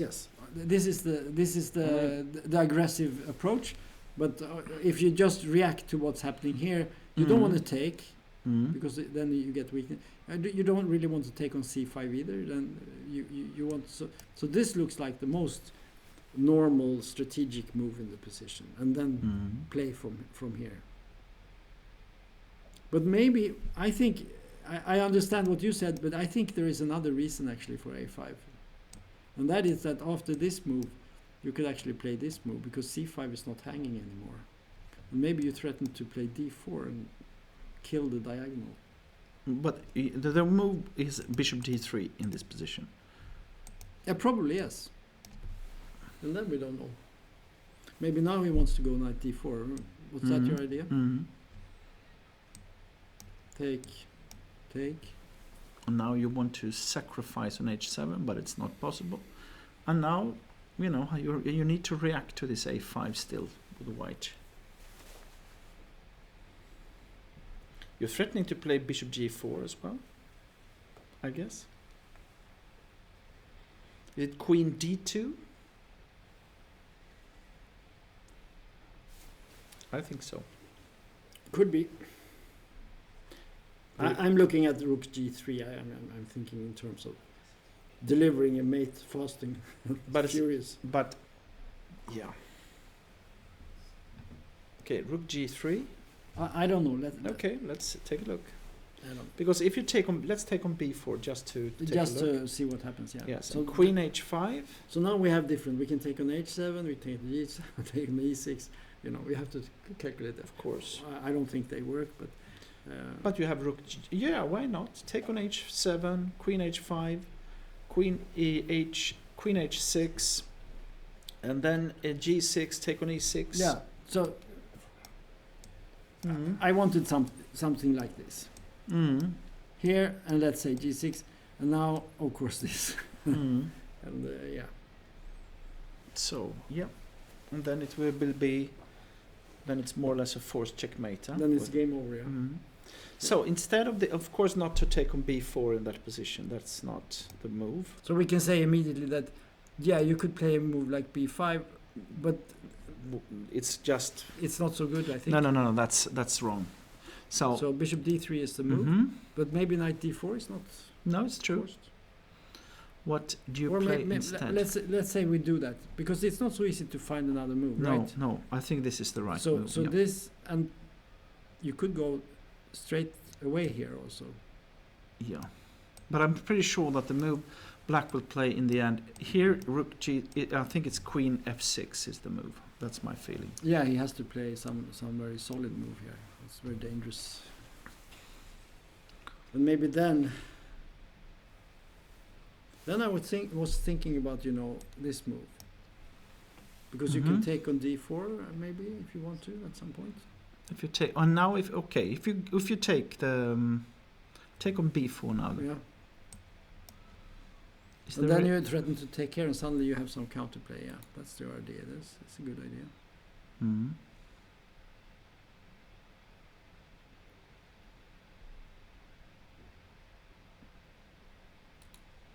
Yeah. So let's go for mates. Mm-hmm.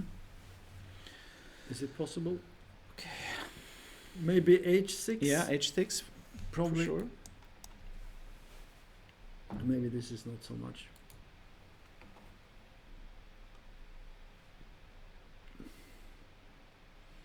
No, I don't believe in this.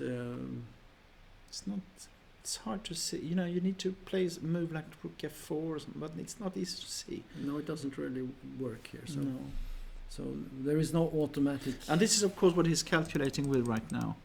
The young Costa here, Yeah. Yeah. A suggestion is to take on e6 followed by bishop takes h7. Now, Yes, immediately, yes. Mm-hmm. Then, like this. yeah, rook h3. But this. But you don't threaten anything here, you know. But you play like this, and black just plays here, and Okay, doesn't leave any. No, this is. it's almost, it's, but it's not real. It's not really. Yeah, because black has this counterplay also down here, so it's yeah. Okay, Queen H7 and Rook F3, but it doesn't matter. It's still black is just better in that position. So But maybe not take on d4. No, it's maybe. Is this, Maybe. Is this an idea? and Queen F6. Yeah. At least you still have this. Yeah. C3. I mean the C3 idea. And bishop. Maybe because then you have Queen H5, H6, and Bishop C1. Yeah. I think you should keep the bishop. Yeah, And I also, agree. also you. I agree. Yeah. So you want to do this? No, I want to play Queen H5. Okay. Yeah. At least I have a threat. At least you have a threat. Okay, let's defend against that one with this move. And now Bishop C1. Yeah, interesting. Now we're getting somewhere. We need to use all the pieces. Yeah. And if you please, for example, play King H8, you can play Bishop G5. Yeah. So now it's starting to get at least a bit dangerous Yeah. here. No, I like this a lot. Not to take on d4. That makes it much simpler for black to defend. Agree. Now this is tricky. This is very tricky. I And think now- we should actually not analyze this Now anymore. you have Rook E8 and Bishop G4 idea or something like that. Yeah. So But this can this go, will be sharp. this can go any way, and I think Mhm. Costa has shown that he's an excellent attacker, Mm. and Mhm. he's not careless. I mean, And he- quite creative as well. yes, so- creative as well. Yeah. So Good. I think this will be very interesting. Mm. Okay, so we go to board number 2 here, and we have this This ending. this ending. And let's This see. rook ending. So there was f5, and we had this, and we were discussing Mm. take e4. I think taking on e4 is like hoping for a draw. Mm. Taking on d7. Yeah, that's, of course he should play more this. solid. Yeah. Yeah. Mm. Castles, king e7. We saw, I thought King C6, but I didn't want to play that. Maybe he was worried. Okay, Yeah. but it doesn't matter. When you did that, I thought it looked quite attractive. Yeah, me too. Because you don't block the bishop, and you get Yeah. your rooks out and everything, and the king is fairly safe with the king Mhm. on c1. But he played king e7, okay. Knight d6, b6, rook e1, king f6. So he chose. But here white still has the knight is still on d6, and yeah, Mhm. But the question is if you can make use of it. it's true. Because, you know, if the thing with the king on f6 is that it's protecting e6. So in that sense, it's, you know, it's attractive. And knight c4, you always have rook c8. So it's, you know, the knight is, it's not clear where the knight should go either, you know. Could there be a point in moving the king first? You know? Maybe. And now, maybe you play rook h7 Yeah. just to make it come out. Yeah. And then rook I mean, c7. I think black is fine here. I don't really see any big problems. Mhm. Okay. The black king is not so bad. I mean, it's on a good square. Mm. White needs to find something good here. Yeah, now it's crucial here. I was also thinking, could you go for the pawn on e6 with the rook d3 or something like that? Mm-hmm. Yeah, it's definitely possible. But of course, I mean, you can even take on d6 yeah, but then you're and then rook e8, and I don't think you are much worse in that position either, no, not much. because you put the rook on e7 and then rook c8 and so on. Mhm. So I think it's a draw even that, you know, Yeah, without too much worries, you know. likely. Yeah. So Yeah. now I think this will be a draw actually. Might be. Yeah. Okay, let's jump to the next one. So here Mhm. we have this. This battle of Poland. Yeah, so knight f6, a4 came, Mm-hmm. and then bishop c7. And white has sacrificed the pawn, and we don't understand why he did it. No, Fully, we don't. and I'm not sure he's doing it himself either, you know. Okay, so now he took on d4. Mm-hmm. I mean, black is, in my eyes, Black is better here. He's black, a pawn up.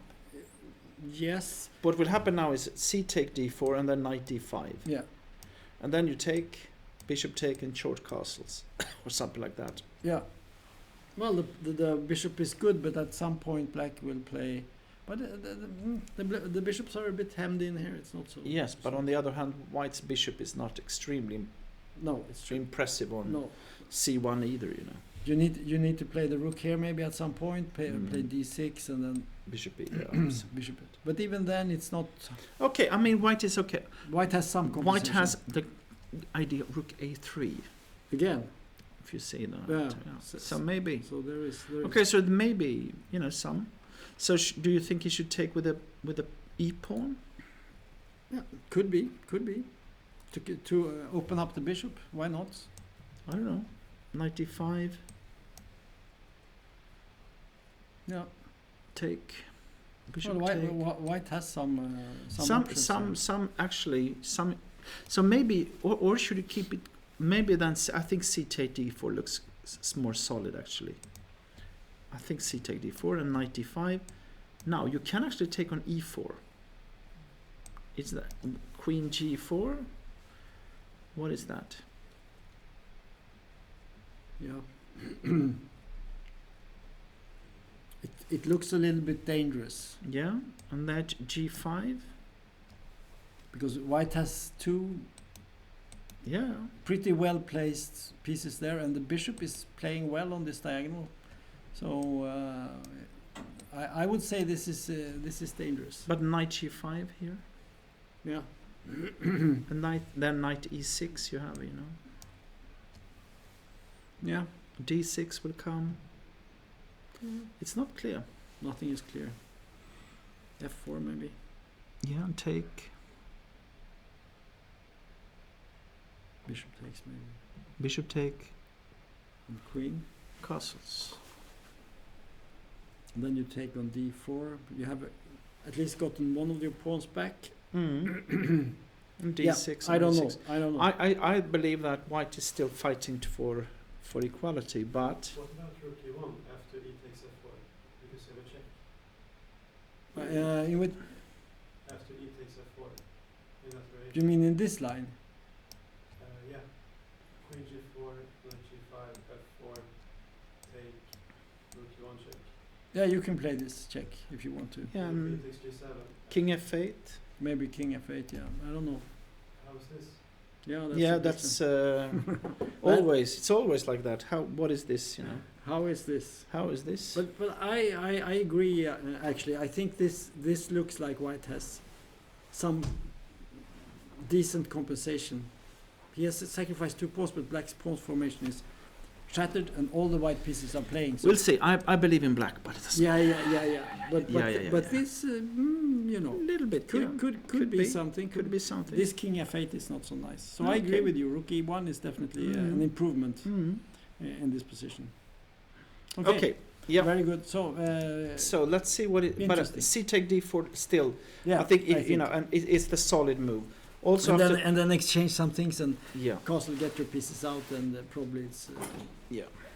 okay, at least for Black. So let's go to this one. So we saw this.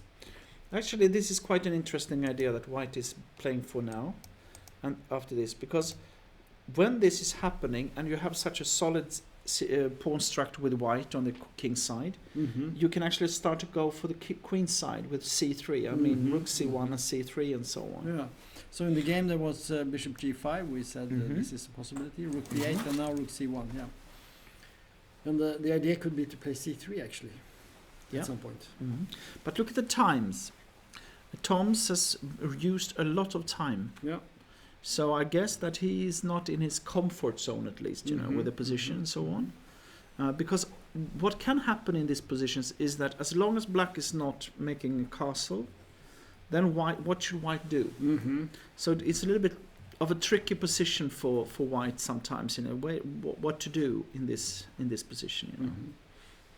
So. Yeah, one way to play, of course, is to play C3, open up the C file, maybe invade with something on C7. But it's also dangerous because you play C3, maybe you take on B4 and Black takes with the pawn, and then plus suddenly the A file is a problem. So actually, Queen B7 can be played here, maybe something like that. Yes. Just to be ready. Yeah. Yeah, there are many. This is a position that is very difficult to analyze. Because nothing is happening right now, but it will happen soon. So with that, we go to the next game. And this was this is a very interesting game. So we had Queen F3. I was thinking about this actually, this move. But to me, it looks like this could also help White. Yeah. But I just because I was thinking about this. Yeah. That's because the idea is to take on F5. Yeah, and then probably very good. Destroy. Yeah. So White played Bishop H3 because he was threatening to take on E4. Huh? Yes, and also on F5. I would say probably. And now there's a lot of things. Pieces are hanging loose here because also after D3, for example. Yeah. King H1, very dangerous position for. I think William has taken some risks here. Yes, absolutely. But okay, King H1 is not a bad move to have played because then Rook G1 is really ready. Right. So he's really, really tough play here, And you do not want to play Bishop take on F5. You don't want to do that because then you, This position is ready to explode. Yep.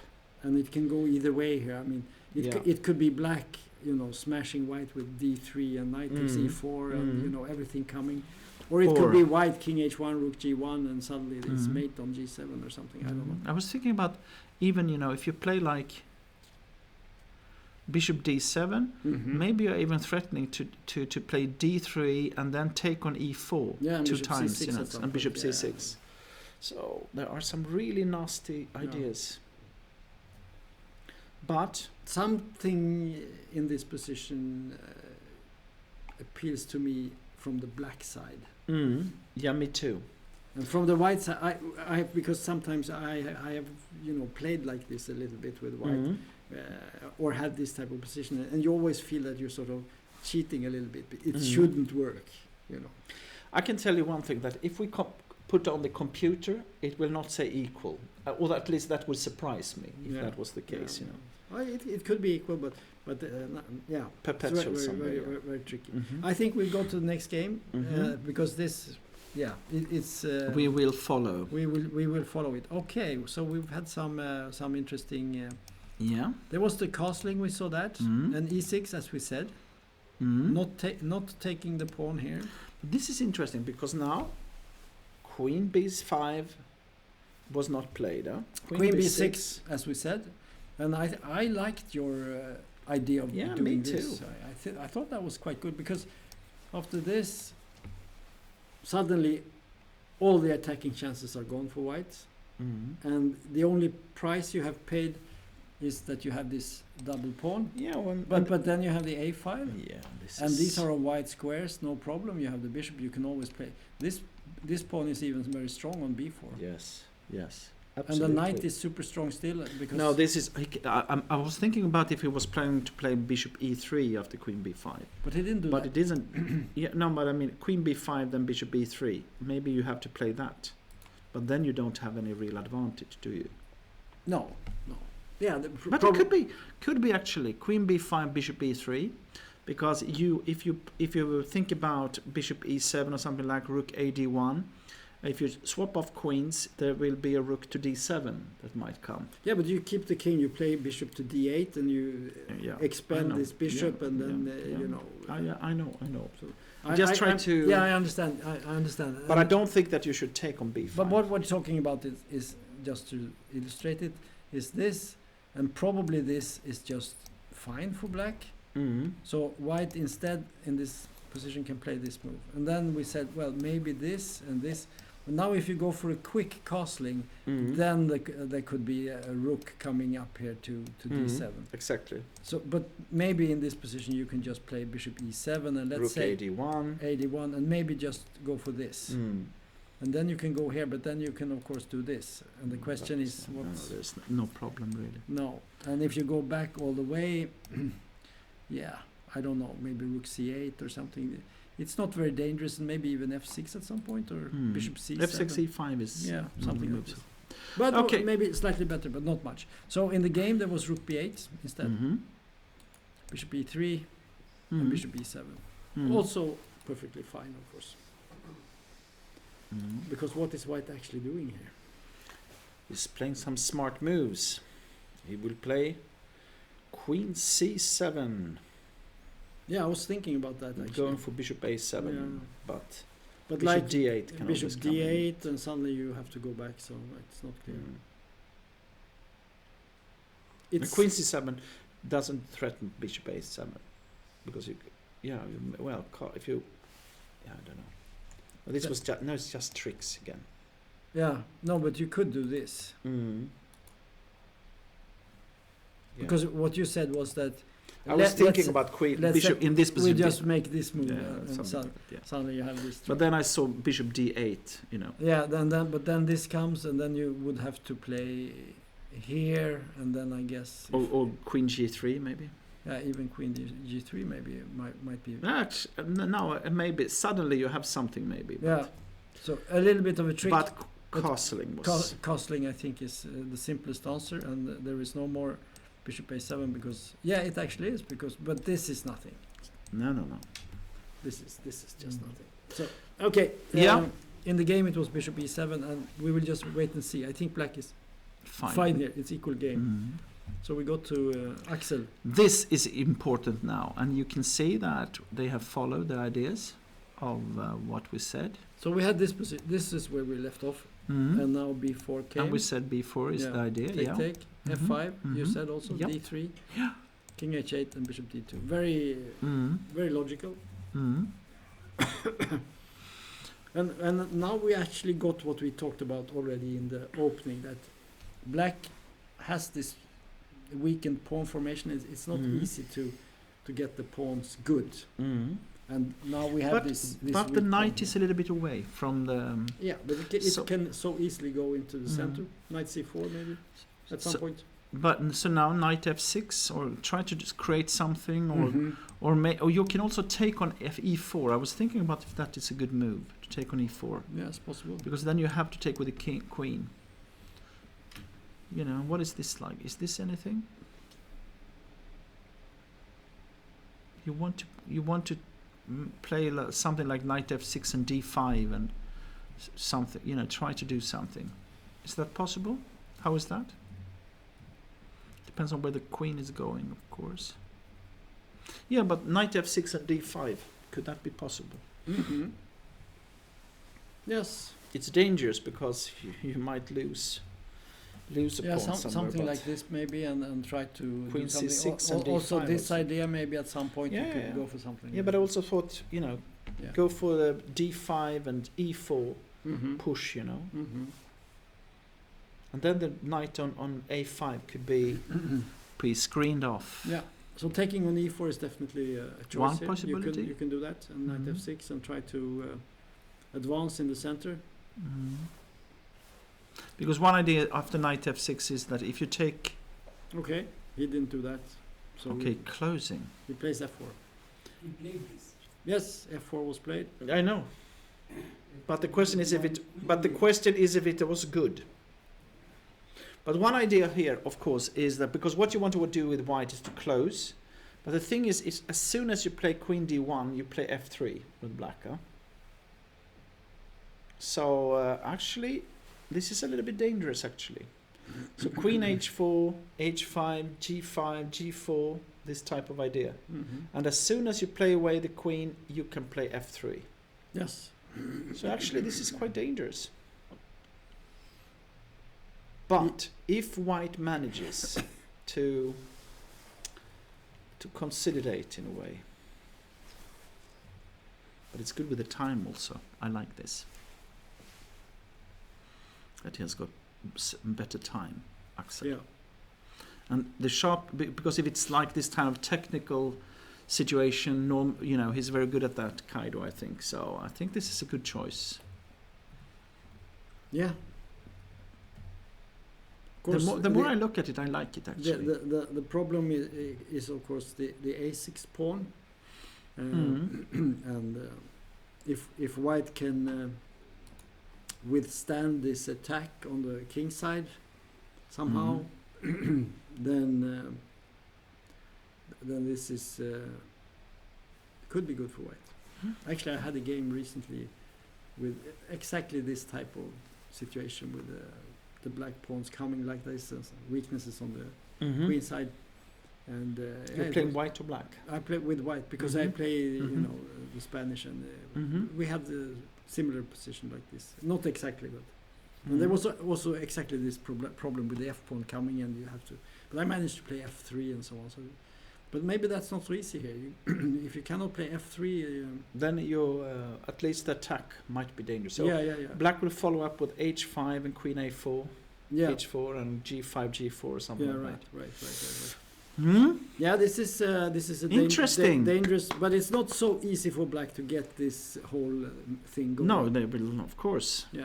So I think we should go to the next game. But right now, I'm a bit hopeful actually. The more I see this, Yeah, moment. this is a fantastic position. Lots of play in this. Very interesting, and also so different approaches. I mean, black is playing on the king side, and white is trying to steal a pawn on the queen side. White played rook d1, so he's not going for a6 pawn, and black played queen e8, so he's targeting direct. Yeah. But Yeah. white played queen d1. Yes. It's a little bit. Yes, we are hearing now a person who has been in the future. He has come back now to this time, and he tells us about what's going to happen.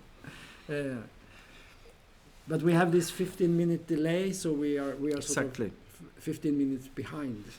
Exactly. Yeah. Okay, so let's see what happens in this game.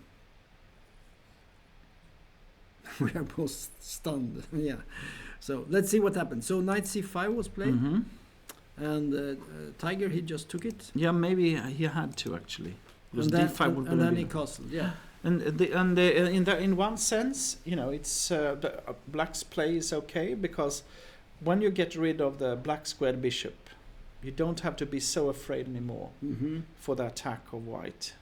You know, now of course, you know, so I'm not sure that white would go for an attack on the king side.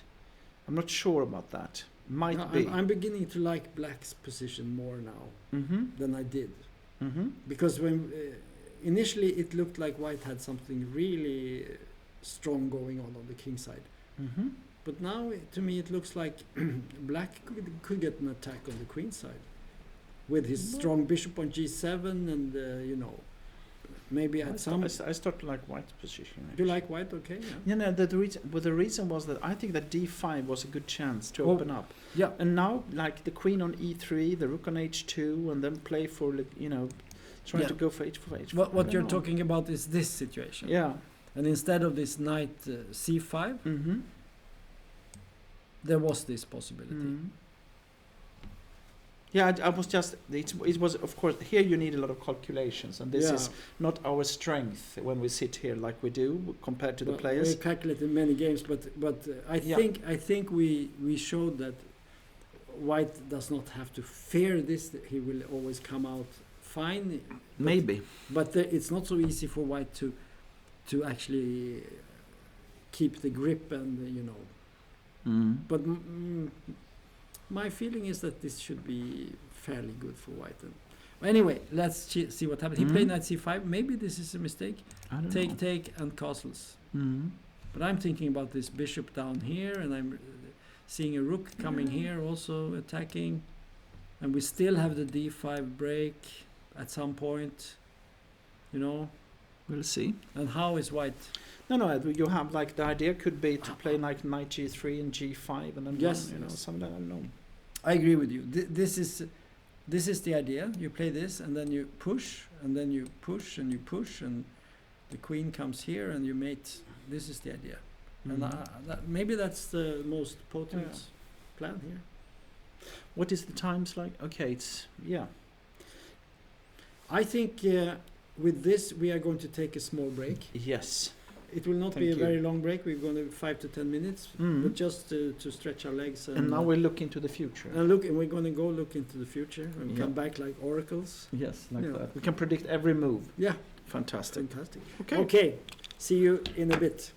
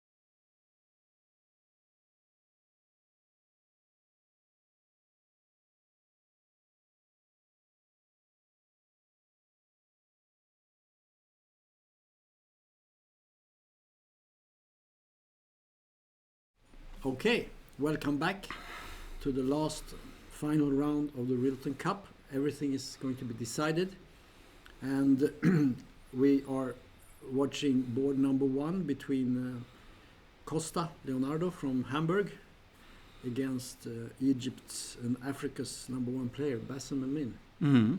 And in this position, we looked at this position. Mm. I think we looked at Bishop D3 or something like that, didn't Yep. we? But he played a remarkable move here. He played Rook F4. Mm. No, I actually when I saw it be played, because we can go out and take a look at the games Yeah, we went in on. between. I think in one way it's logical, because what we tried to do was, we looked at B5 or tried to do something like that. But then probably, you just lose a tempo here. And here it's like, as soon as you do that, there will not be anything special for white anymore. So every tempo is important here. And now with this move, you're ready to move up your queen to H5, and it's much more dangerous now. So you have this threat maybe. Mm. I don't know if it's a threat, but it looks very nasty. And Another idea is that after Bishop D3, Knight D4, you can take with a Rook on D4. also a possibility, yeah. Because then you have this long diagonal, and maybe it's not possible then to But what's interesting with this move, I think, is that you completely skip. you just say, well, if you want to take like this, fine, you can take like this. If you want to, this looks very bad because you don't have Knight D4 anymore, but you just give another pawn. You've sacrificed a pawn, now you give another pawn. And the move is kind of just a small rook move. It's a bit, what's the real threat? And also easy to So miss.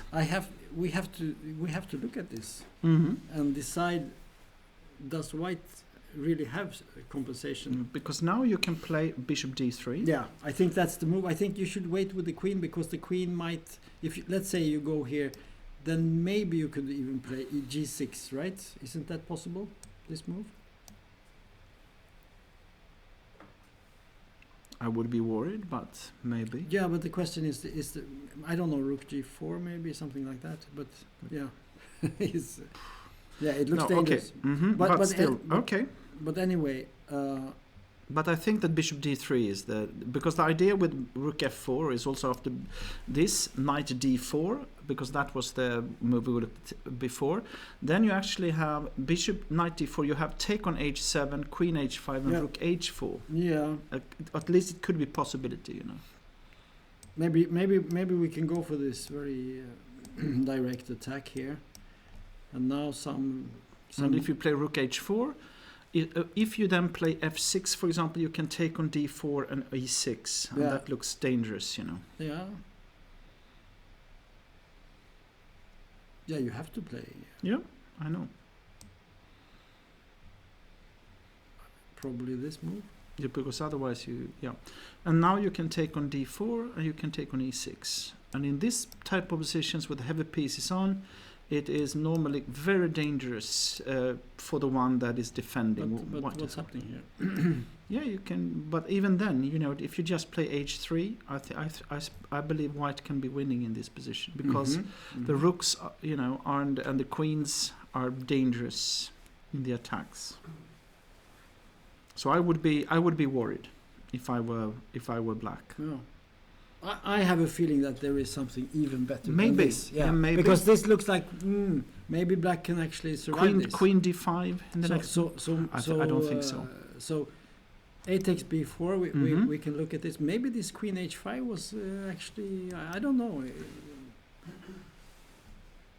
No, I think Bishop D3, and that was convincing what we saw actually. Really? Yeah. Yeah.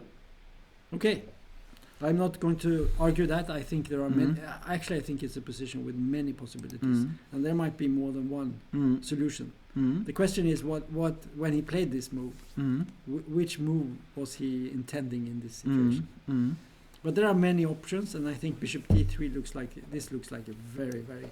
But maybe you don't have to sacrifice quite as directly as that. Maybe of course, Queen H5 first. This maybe we had something with H6, but maybe here Now you talked about maybe at some point you could take on d4 maybe even. I was thinking about taking on d4 and take on e6 and queen g6, but I'm not sure. I don't think it works really. No. Yeah, But okay. we had some line like this, and we played. What did we do? No, we sacked on h7. That was Mhm. another line. Yeah, but rook on e6 maybe could be, but maybe not right here because you don't mate. No, because it takes on f4 in Yeah. between. So Yeah. Okay. So it's not 100% certain what he wanted to do. What he can always play what you said if he wants to. Mhm. Bishop d3, knight d4, and take on h7. This Mhm. is definitely a playable line. And then this move, yeah. And you have to give back the piece, and you will only have like.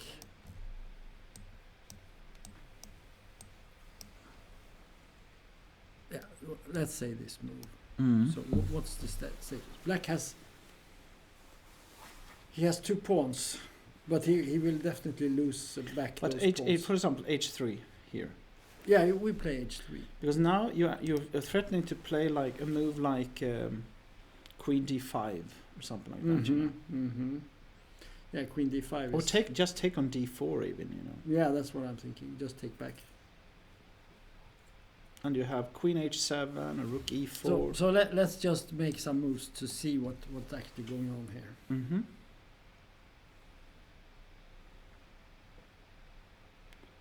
Maybe queen d5 is a possibility. Then maybe queen c6 and you survive. But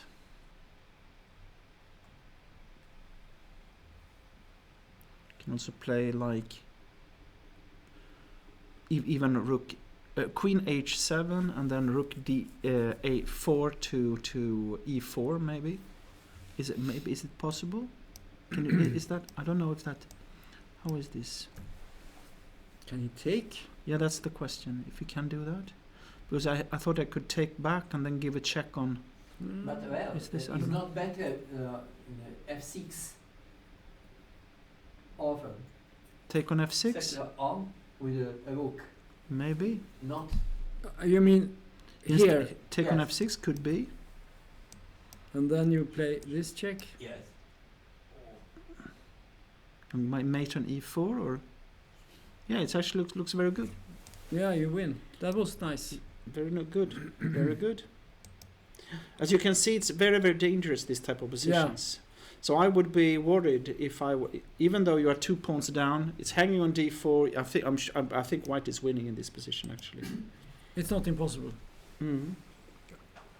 I Because think it's I think so- it's a position where the longer you look at it, the more problems you see for black. Because white has no problems really. Yeah. They're 2 pawns down, but these are double pawns. These are not the best pawns. It's the type of pawns you can pick up easily with a queen or a good rook or whatever. And then you have this extremely weak king here. So I agree with you. So let's see here. Knight d4 was played, and now queen h5. Which was obviously one of the intentions with this rook move. And a takes b4 and rook e3. Instead of rook h4. Okay.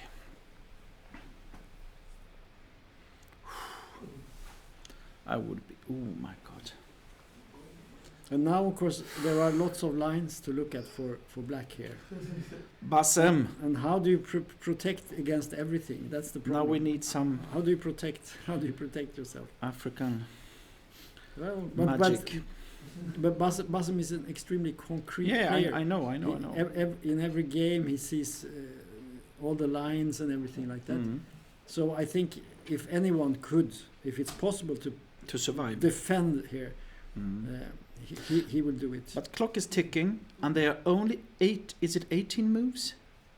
No, 20 moves. Well, black has actually 21 moves to make still, and 23 minutes. So he has like 1 minute and 30 seconds per move. Like Because something even like that. though he's very concrete, with little time, and this looks okay. So if it white, Yeah, when he lost against Falkevall, it was due to time pressure. yeah.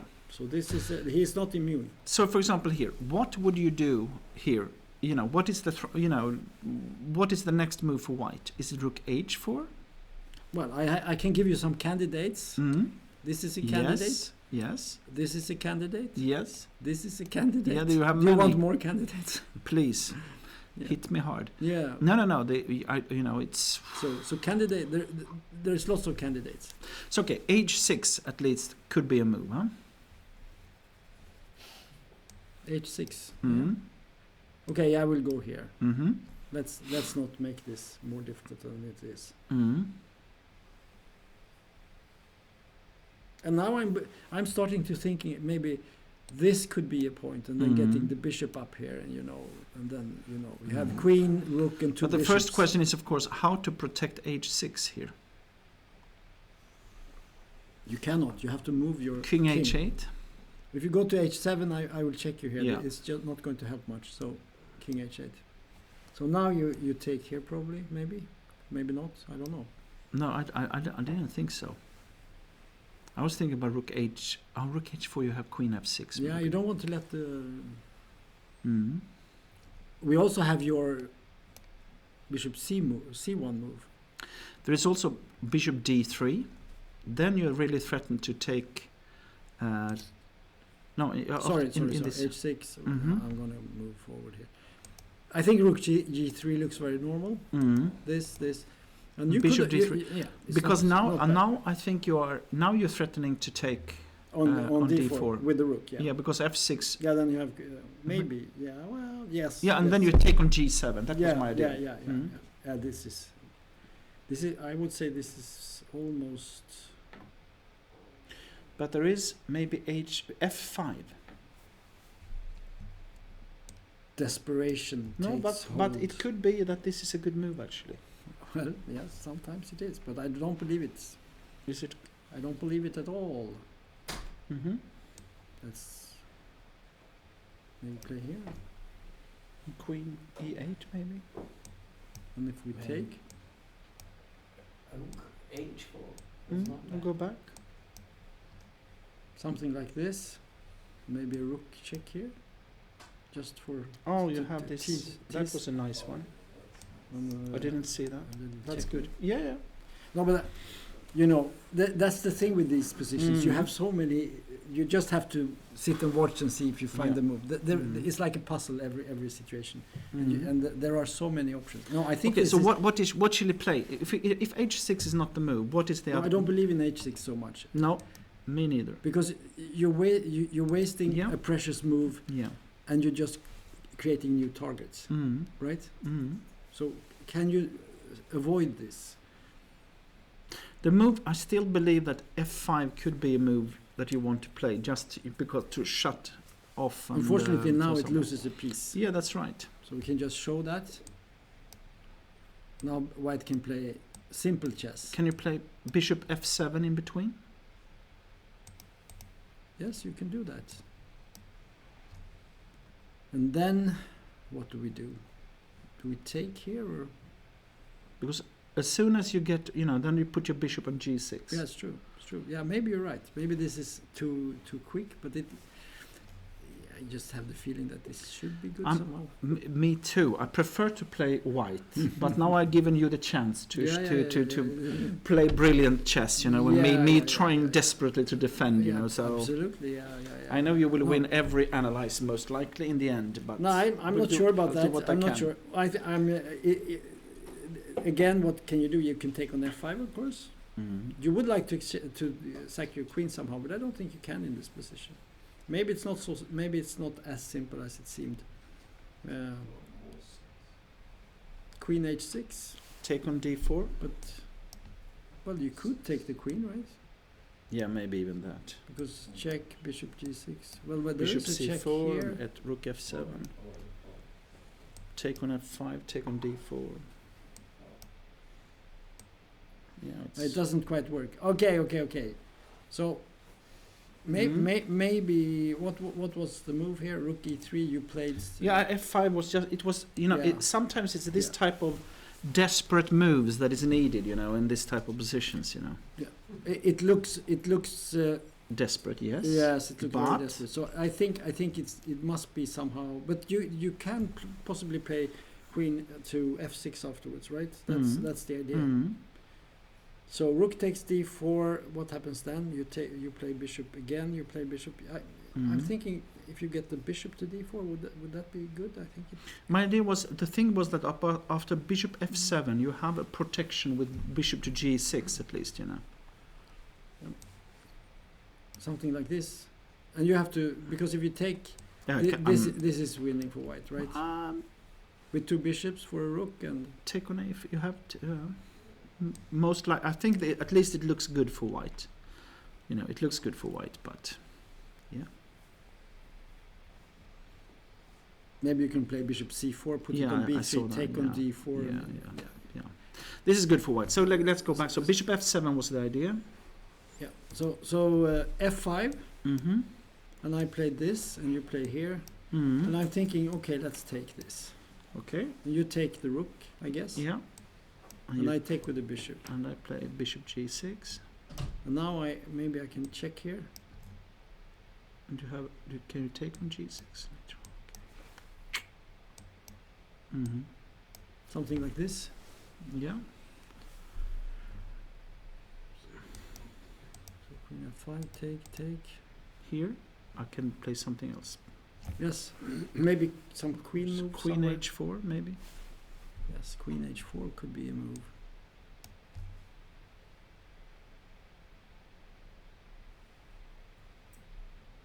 And what now? Bishop. And then I play bishop g6. Maybe rook h3. What do you do then? I play Bishop g6 maybe.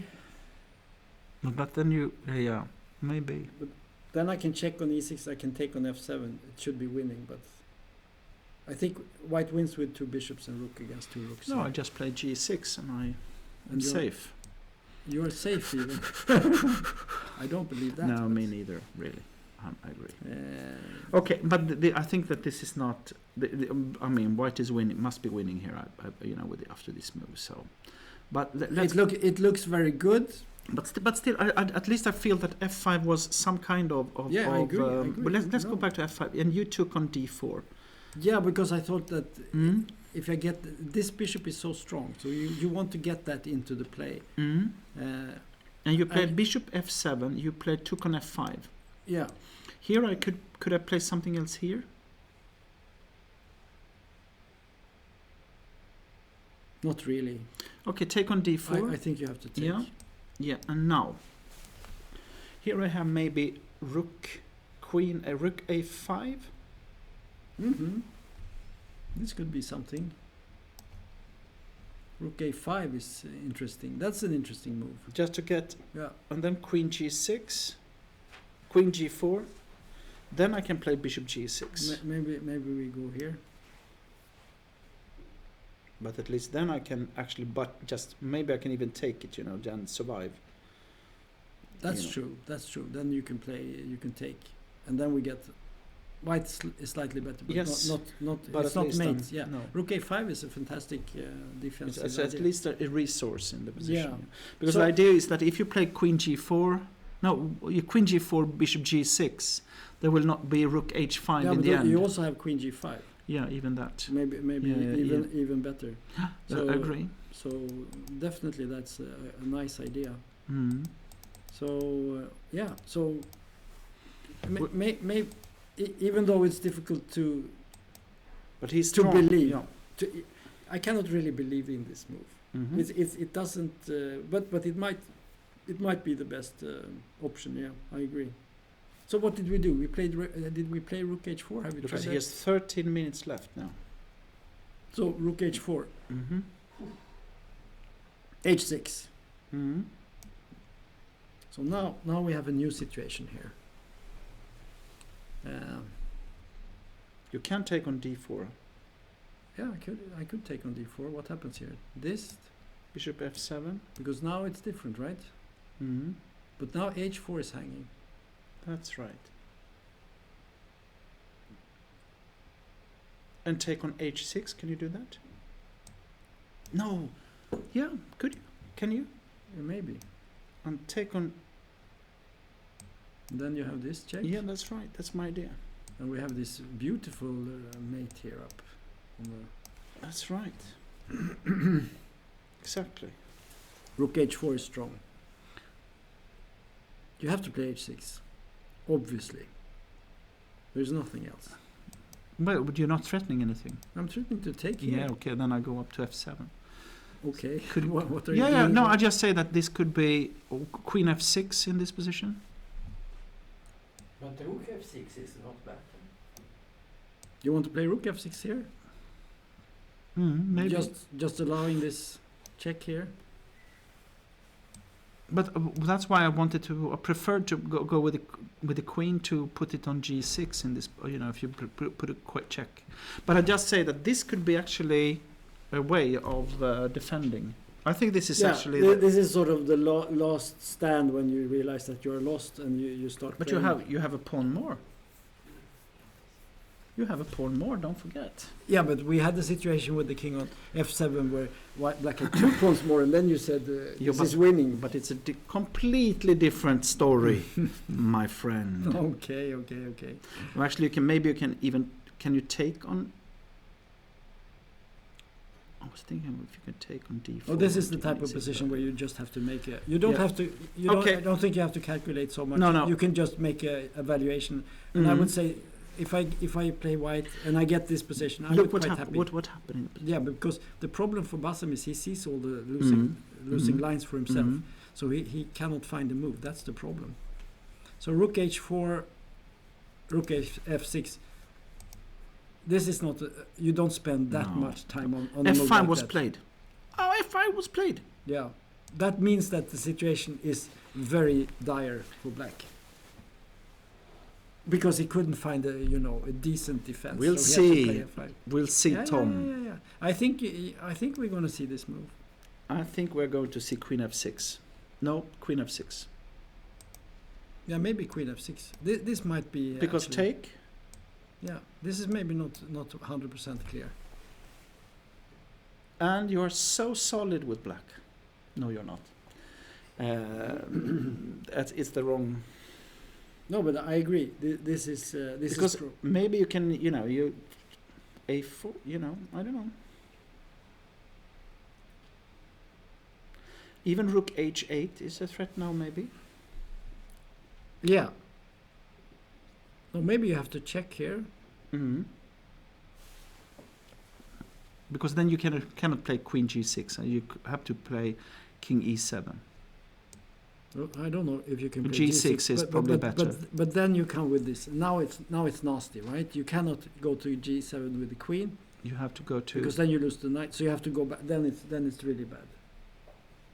I mean, you cannot. Yeah. No. This position is you can take Yeah, here or you whatever. bishop c4 whatever, or whatsoever. Yeah. Just complete. But this is lost. So queen f6. Of course, I claim that he has to play rook h4. Of course not. There are other moves also. So the question is, do we have something better here? Maybe there is a better move. Maybe rook h3 is a better move. Maybe that's the move. But you want to keep the pressure on the e6 bishop, right? Exactly. On the other hand, sometimes you want to take on d4. No, absolutely. I mean, I'm sure rook h4 is much better. Because with the rook, because you never threatens to take on d4 and e6. Yeah, that's like in the lines. That's what I'm saying. Yeah. So it should be better. Also because you don't have rook g3. Rook h4 and rook g3 was threatening, and so on. Yes. And this, But in tactics, you cannot apply all these general principles. You have to. But okay, rook h4. Calculate move by move. Yeah, but rook h4 is the obvious. It's the obvious move. Yeah. Did we check something else here? But I don't think so. Bishop, rook e6. Rook e6. Oh. Yes, also possible. And here. Rook h4. Yes, this is possible. And probably we will have to. Well, we don't have to move anything there. We can. No. H6 is fine. Or even queen g5 maybe. But queen g5 is actually a mistake because then we do this. No, you can take on h5. Yeah, of course. And then you get back here. Mm. Nej, Okej. först schack. Open.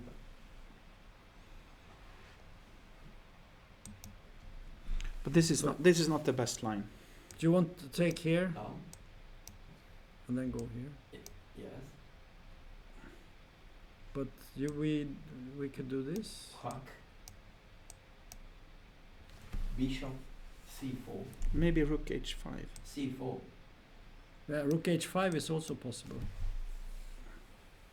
Yeah, this is, Maybe rook h8. I think No, I it's think definitely. it's a possibility, but I don't believe in this for white. But I don't think Queen G5 was maybe the best No. move No. here. But this is tricky position. Maybe you should actually put this here so you prevent the bishop c4 move. But then you can take pawns. But why not h6? I don't understand. h6. Bishop c4 d5. If you play like queen to g6, I play rook f6.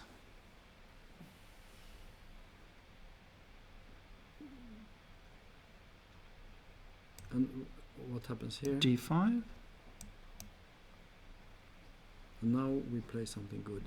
Hmm? Let's look at this. No, but this is wrong. You're very categorical in your I am. evaluations. I am. And then sometimes you're wrong also.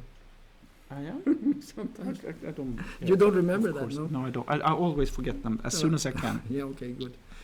So, No. but you have a point. I agree. This is. You have overplayed it with white, I think, here. But let's see. But let's see our main line instead. I think that was. I mean, I think we're on the right track with this one. Not with this one. Now this is the wrong position. Yeah, I agree with that. I can see that, but I'm not convinced 100% though. What happens here? Rook f6. Oh yeah, you sacrifice. Yep. This very cowardly way I know. of playing. This is my. Yeah. Okay, I give up. Okay, so in this position, maybe rook takes e6 a little bit too early. And rook h4, I think, was the main move, right? Mm-hmm. And then you played queen f6, and I agree with that. I think that's correct. And then maybe take this guy. Mm-hmm. And queen h5. Queen h5 to keep the momentum going. Mm-hmm. And here maybe Go back. Maybe go back with the king. Yeah. I think. Maybe. I don't think you should go here. No. Because then suddenly bishop c4 is looks very, very tricky. The question is what you can do after king if you go back with the king. Yeah, maybe that's the right way. Mm-hmm. So you cannot play g6, we said, due to the check. Mm-hmm. And queen g6 also bad. So I think this is the only move actually. And then the question is, do we have a draw on our hands here? Yes. I wouldn't say so in general, because white still has a great attack here. I mean more that white can maybe force a draw if you Of don't course, find yeah, anything. Yeah. No, but I think that's from what we've seen, black is fighting for his life here, right? Mm-hmm. And now he has a fantastic position here. I mean, this looks so good. Many moves here.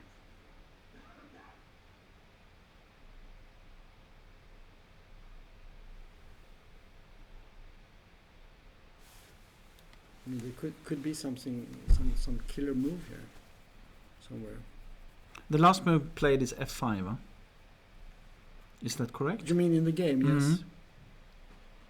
Yes, he played. This is the actual position, and Leonardo Costa from Hamburg has 24 minutes, and Bassem is down to 11, and they have 20 moves left to make.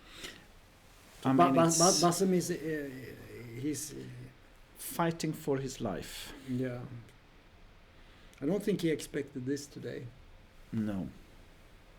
But on the other hand, if he knew that this guy needed to win, then he could have, maybe. Yes, but I think he. But not this opening, of course, No, an excellent choice of opening from. Fantastic. Yeah. Yeah. Something It's- that we haven't seen before. I mean, It's great to see these young players that when they facing this type of grandmasters, Bishop they take the chance to play. Really Yeah.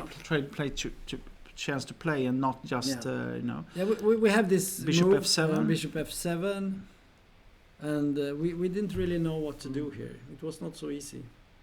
Or maybe there is there some Bishop C4 thing going? and then take on Then you play D5 maybe. or I take or take on D4. Can I not do that as well? Yeah, maybe that. Take on D4, I don't know. and then some good rook move. No, I take on D4.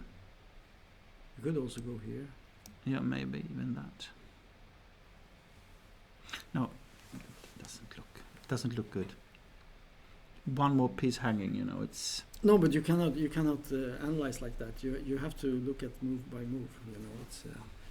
I agree with you, but suddenly there is this fantastic, check or queen exchange of sacrifice. or Mhm. whatever. It is. I agree with you. It doesn't look that there is something here. You need to move the queen, some move like here, but probably you can just take here, something like this, and there is nothing, right? Or no, there is nothing.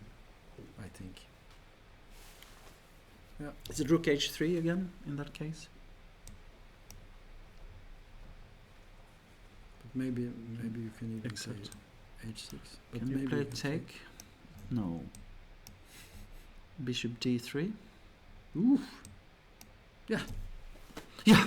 As I said, I saw it the whole time. No, I didn't. No, I know. I just know that you cannot say it doesn't look good in the position. You I just can have to. say. I can say. Often it we- does. the- I can the- say it if doesn't. you go back and look at these great Yeah. games by Tal and so on, you can course. say, this is hopeless what he's doing, and then suddenly there is something. Some Right? tricks. Mhm. So okay, F5. There are many options here. Maybe we should move on to just Yeah. to see some of. Yeah. We will come back to this for sure. For sure, yeah. Mm-hmm. And our worst fears were sort of realized here, because this is going towards a draw, I would say. Mm. So White is not better, at least. Yeah. so we had, I think we had actually. Let's see. No. Here we had this. He played. Here, Yeah. rook e2. He played this rook h7. Classic, and then there was rook Right, h7, yeah. of course, yeah, activate. And as we already said, black is fine here. Mm. There is a slight weakness in the pawn formation, but it's very slight because he has a center pawn. Center pawns are Mm. always good, so it's basically the pawn on h6. That's if it was on g6, maybe he would be better or something. But anyway, f4, exchange.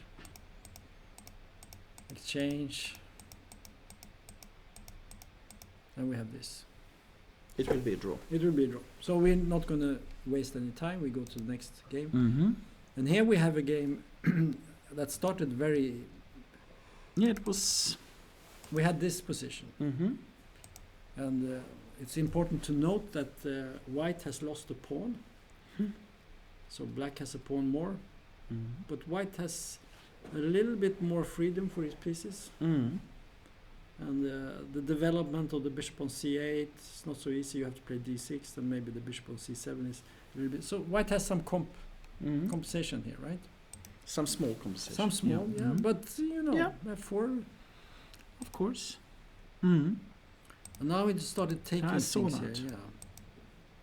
Bishop b5, bishop d7, and here we have this So he's going for the h. the rover, the rook up and over, and the Actually, he has got some play here. Yeah, So yeah. yeah. As soon as he could double the f pawns, Mm. I wonder if that was correct. yeah. But it of doesn't course. matter. No, we It's can a bit just strange. say that Jakob here he's fighting very well. I must say he's playing tough chess and nice chess. Somehow it's reminiscent of what Costa is doing against Bassem. It doesn't look so good in the immediately, but slowly it turns out that But I like the way. Actually, maybe he played the right way now because he took on b5 yeah. and then he played rook g8. Huh? Yeah. Because the idea is to put the rook on g6. Right. That way it will be strong, you know. But we can see that most likely white is going to get The h6 pawn. the h6 pawn, and Yeah, and it's... but black shouldn't. yeah, it's the h pawn in the end, you know. If Could be. if he plays rook a take h6 here. Yeah, In the I next agree. move. So interesting situation. It I can, actually believe that white could be better here. Because the f6 pawn is also a bit weak, you know. yeah. If you take on h6, then if for example, rook g6, rook take h6, rook right- take, bishop take, bishop but g7. let me just Mhm. point out that we have 3 weak Mhm. white pawns here. Yeah. This might even be a bit weak. So the pawn formation, okay. Mhm.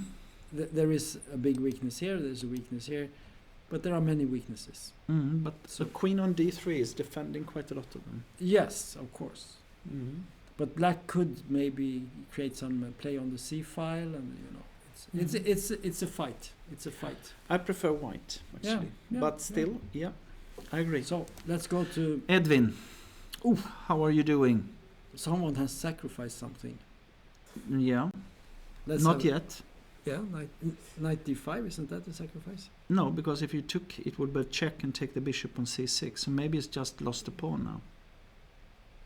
Yeah, that's true. But Okay, let's go back. Mhm. Let's see what happened here. Mhm. So we had this Richter Mhm. Rouser with f3 and some h pawn action here, and we saw this position: Mhm. rook b8, Mhm. rook c1, and Mhm. a4, c4, and of course he does not want to do this. Explain why. Actually, maybe I would like to play it. Actually, I think this is the best move. Yeah. Yeah. So why didn't So, Edwin play yeah, that? that's my question actually.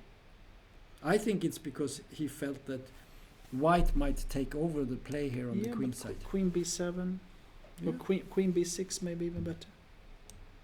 Yeah, this is playable.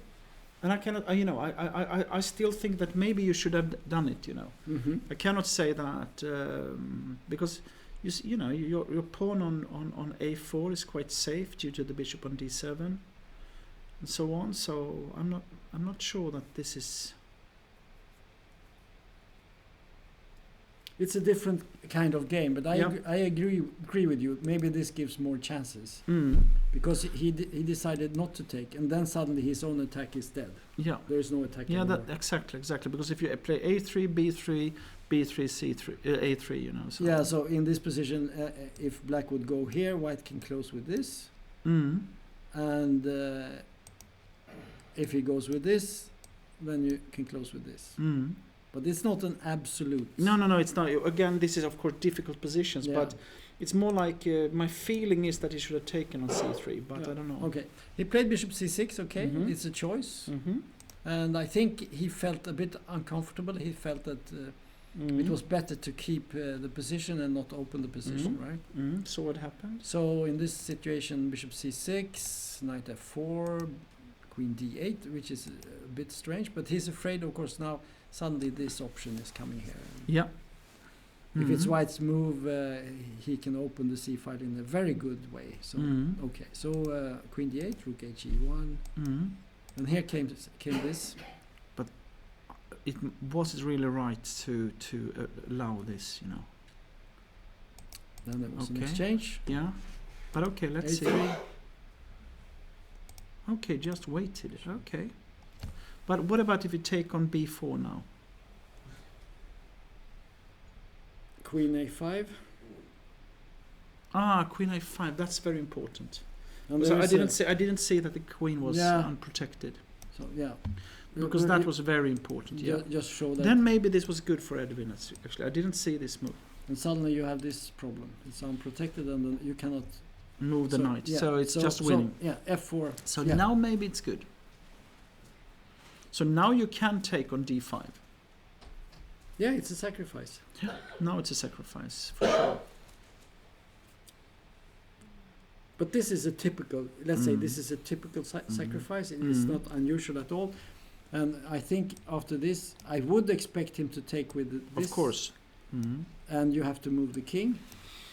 Mm. And of course, this bishop is completely out of play, Mm. and it will take 2 moves to get it to c8 at least. Yeah, but it's still not doing much. So the question is, how do you play this with white now? I think what you want to do is you want to double on the e file, right? But the knight has got a good square on c5 as well, you know. So Yeah, but then let's make a few moves. yeah, and of course, see. of course. So let's go here. Let's well, we could play rook e1, but we could also keep the bishop. Probably you should do that. To also be able to to play queen d4, you know, and so on. Yeah. And the problem for black is, how do you get this guy out to play? This is the problem, you know. I know. h4 maybe. Yeah, you could play something h4. like that, but yeah. And then we go here. Yeah. And you can play h3 or something. Well, I can take with the pawn. There's no problem. Let's say, and now if I play bishop to b7. Yeah. And now the question is, how do we actually do anything? Well, so there are a few options here. One problem with playing h4 is that white could suddenly just shift and just take the pawn. Maybe. You know, you could play queen f2, rook Yeah, h1, maybe. and just take Maybe. here, and this is very dangerous for black. But maybe now, I'm not sure h4 was such a good move. No, but my idea was to play bishop c8, and if you go and then h3 maybe. So we played. Well, he played rook e2. Yes, sorry. Rook e2. He didn't play rook e3. Because this was the game, you did take the pawn piece. Yes, it was taken. I think he had to. So this is the position. What about queen b6? Yeah. Let's have a look. Queen Ah, b6. okay, maybe bishop to f5 is strong. Yeah. Because my idea was to play queen d4 if I had the chance. Yeah, you yeah. know. No, you should avoid that. We can just look at what happens if you allow that. Let's say you go here maybe, and you get the queen here. Suddenly you have this thing going on also here. And also queen e4, you play queen c3, and most likely. Huh? Yeah, you just try to exchange. No, it's not so clear actually. Even that. Nothing is clear here. Oh, okay. Rook e4, then queen b2 check. Probably That is better. because And if you then go knight- here, maybe. and then knight c5. But then you still have this. So. No. So that's better. Queen b2 is better. But I don't think white should allow this. No. So So after queen b6, you should bishop probably f5. go here.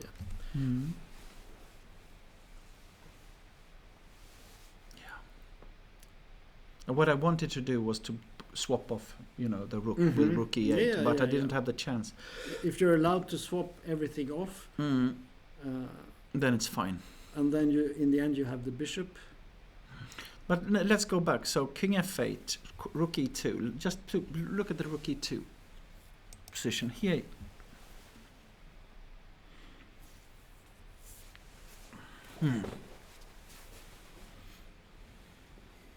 Yeah, I would take white every day here. I would play black. Yeah, you can play that. Yeah. I mean, Knight you c5. you could go for something like this, and maybe you could sort of try to defend like this, and get a sort of a fortress up here, and then suddenly you have a chance maybe to bring the bishop out this way, and you know. But it's a long way away, so to speak. I think that at least you want to have the knight on c5, but the question is if you then can bring your bishop into play, you know. There's also the problem, as soon as you play bishop b7, white might actually take here. And White is willing to take take on d5. Yes. Yes. In a situation like this, it doesn't work. But in principle, it could be difficult to No, coordinate everything. let's put it this way. I totally agree that this is a very interesting position and sharp position. Yeah. And in one way, it's easier to play white because, you know, it's difficult for black to understand how to put the pieces. There's no obvious choice in that sense. But of So course, I agree with you. From a material standpoint, Yeah. white only has one pawn for a piece. So of course, So it could be like objectively, it could be that black is. it might it's be that better, the but- computer says it's a big advantage for black. But then you have to find the moves. How do you do that? How do you prove that? I mean, there are many attacking ideas. One idea is just double, and you move the bishop back, and the queen maybe comes up here or something. I don't know. And at some point, you can sort of start. Can you go doing for things. G6 and Yeah. King G7 and this type of stuff? Yeah, you could do that. After Rook E2? So let's say you play G6, Mm-hmm. but now I guess probably you may. I don't know. Do you play Rook E1 or do you play Rook Bishop, E1 Bishop probably. C2 maybe? Yeah, I was thinking about, because sometimes you're threatening to take on G6, you know. I think G6 is interesting. Maybe to protect, because you prevent Bishop F5. So now Queen B6 is more. Maybe this is the solution. So let's say we do this, And King G7, and maybe King G7, and let's say if you do this now Rook maybe, F8. oh, maybe this move, preventing the check. But then maybe we can play Rook E7. Yeah. But Rook E7, then Knight F8 maybe. So Rook E2. Maybe this is actually very good for black if you Mhm. find the find the right. That's what way. I mean. Yeah. It's Then it doesn't work. So maybe this sacrifice is just not sound. I like the G6 move. I think that's good actually. because the problem is if you play F5, the knight will be fantastic on E5. So then you have you need Yeah, to. but this could be good anyway. I mean, this could still be the way to play. I don't know. Maybe I don't know. It's unclear. It's unclear. Yeah. Okay. Very interesting. But yeah. We'll see. So we get to this position.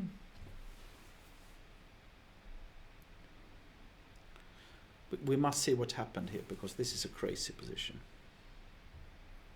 Okay, so we had this take on Mhm. F4, G Mhm. takes, Knight C5, Bishop Mhm. H3. This is Mhm. position we saw. Bishop D7, very logical. Queen G2. And now he played Knight H5 here. But that was strange. Why didn't you after Bishop D? You said Bishop D. Yeah, it So- threatens mate. Yeah, but the point is that because what I would like to play is King to H1, but then I will have this trick. We take on E4, I guess. Yeah, and the bishop comes to the diagonal. And now what happened now? Knight H5. Yes, I like that. And then he took.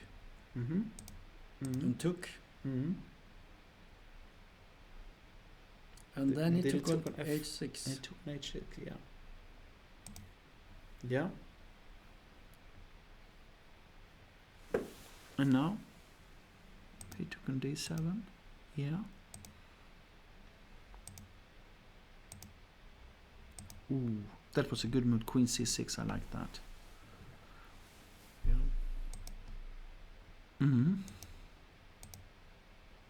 But isn't black simply? Isn't it very good in this position? Yeah, but the problem now is that it looks like, oh, I can take a pawn with check. Yes. But after this move, you have to go here. And then we take this, and it's over. So I think that black is winning actually in this position. But let's see. he played Queen A3, H3. Now but you have like Rook E8. Rook maybe? G8. Rook G8, Rook E8, going to E3 is interesting. Agree.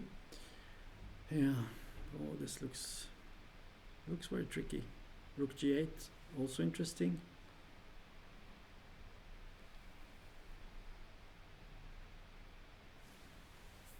Yeah. Knight E4. Knight E4, also candidate move. No, this is. I mean, black is clearly better in this. Probably winning in this position. Even Knight G4. Yeah. Threatening Knight E3. Knight Check. G4 is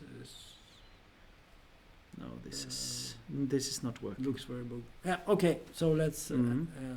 But if you look at the times. Yes, that's the only thing that William has. So William has 20 minutes and Bogdan, he has only 5 minutes. So 13 moves. there's some chances. But it's not really that difficult. You No. just need to find a few good moves here. Yes. And then it would be quite easy to play. So I believe in Knight G4. Knight G4. I think Yeah. looks like maybe the most obvious move. And it happened. And William played rook e1 immediately, so he's going to sacrifice the exchange because he has, he has this move later on. So if we go here, you can actually do this. Yeah. And you have this, because f6, then maybe you can just take on h6. I don't know. It's not clear though. No. Nothing is clear here. Nothing is No, clear. this is probably bad. Yeah. Okay, but let's Okay, so rook e1 e1 is played, yeah. Okay, is thinking. So, yeah, it's very good for black, but we'll see how he does it. Okay, so let's go to the next game because Play d3. d3, Yeah, I was yes. thinking about that. And now bishop b2. Yeah, then maybe f6. Yep. Just the knight is super strong on g4, and Yep. you can never move the knight. There's always queen h1 mate. Yes. If you try some funny stuff, you could look for some strange things with some knight g5 or something, but there's just mate immediately. So d3 looks very strong. Okay, let's go to the next game. Yeah. This was a game we looked at a lot. But we said it was quite equal, and it seems like it still is. So yeah, this is not so So interesting. exciting now. So we go to the next game, and this is More exciting. What This has is- happened? Axel. So there was king h8, bishop Mhm. d2, f4. This was the position. And, And as you said, now black has a clear plan. plan to First h5. you could imagine getting to g4 and getting an attack. And you also said that there is a problem for white because if we say black makes some move here, let's say queen, I don't know. H4. No, it's white's move actually. h5 and queen let's, h4. let's say you try to Yeah. go Then you away. can play f3. Then this is playable. And it's not clear that black is winning or anything, but it's very annoying. Probably black has got a good game. Probably. So in the game he played rook a d1, queen e8, bishop c1. This was not clear to me, queen e8, but okay. He wants to play g5, so he wants to. Yeah. But yeah, okay. And now he could move out because f3 is not possible. Then you That's take why the he queen. wanted to play queen g6 and g4. Yeah. But the problem was that then it's hang. Oh, why didn't he play that? Actually, instead of the knight f6, he could have played. Well, but this. Okay. What more could you expect?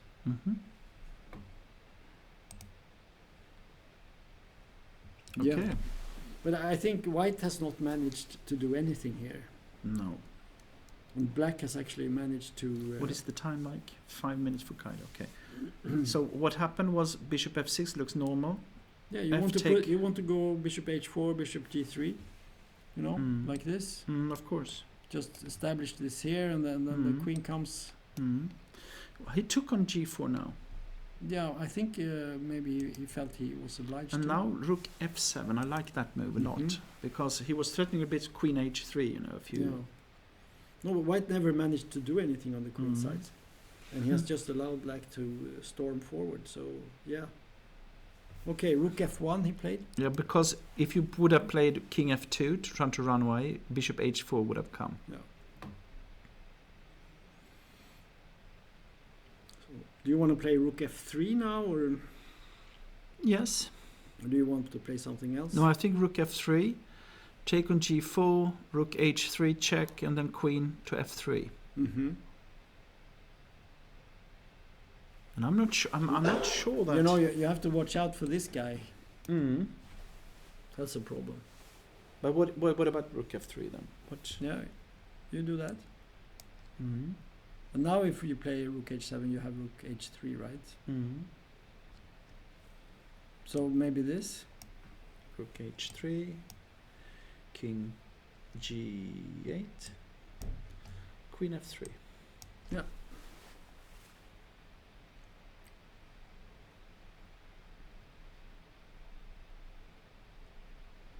And what do you think about this?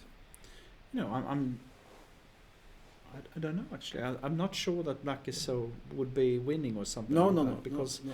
because it's also like this. Yeah. Still, you No. have this bad bishop Yeah. in a way, and Actually, weakness on A6. And we so have this position now. Mhm. Rook F3. Mhm. He's defending quite well here, I think. I think the biggest problem is the time. 2 minutes or 2:45. So then black wants to keep up the tension, you could Mhm. say, you know. Yeah, fascinating game. So let's jump to the next Mhm. game. Yes, please. We have many nice games So here. here we have Tiger playing white against the American Dean Mhm. Polito. But he's under pressure here, Tiger. And my God, look at this. You know, the F4 pawn. I cannot see that moving forward. And black can. The question is if you can. Again, I was looking here at C6 and D5. You know, Mm-hmm. to open up everything. you know. C6 could be a move. Because if you play C6 D5, then the pawn on F4 is it hanging? No, it's not hanging. Okay. No, it's not hanging, but I don't know if you should do that. Well, it's actually white's move, so Oh, you threaten? Yeah. Okay. Mm-hmm. so what you would like to threaten the knight on H5, so you can play F5. It's also like C6, knight B4 and queen B4 is also a little bit annoying.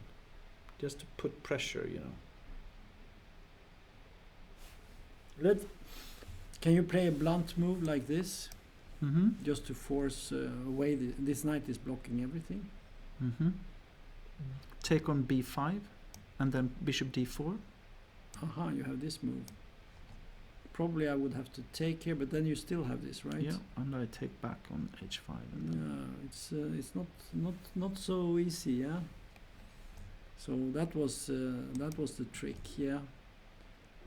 So in this he played Queen B8. I don't know really what he wants to do there. yeah, I said C6 and protecting D6. Oh yeah, yeah, And then you're Probably. ready to go up. And also it's on this diagonal towards F4. yeah. I like this move because it's just putting pressure on white, you know. And also C6, knight C3, queen B4. You know, putting even more pressure. Mm-hmm. Maybe even threatening sometimes to take on A4 if the knight is moving away. Can you play something like maybe not. E5? Mm-hmm.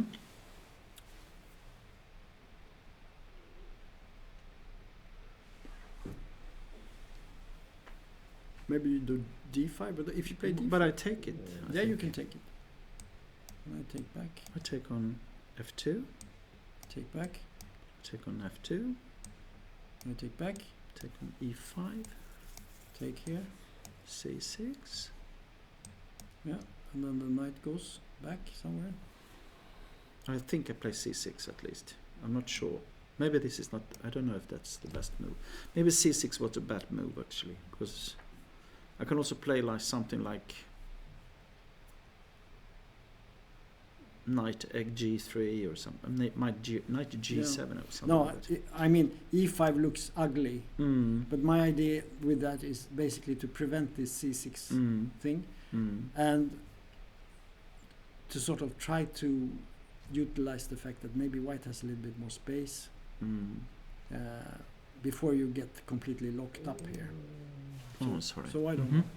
I don't know. Yeah, very interesting game. But E5. We have a result here. We have to check that. Okay. So Khan managed to win this game. Oh my God. Okay. What happened? So let's see. We have to go back even further. And here you can see white is almost almost winning. Now we normally we don't check Mhm. the computers, their evaluations, but now we can see it because it's been Played. analyzed by Mhm. Lichas. So we have it in line, and after bishop e7, B4.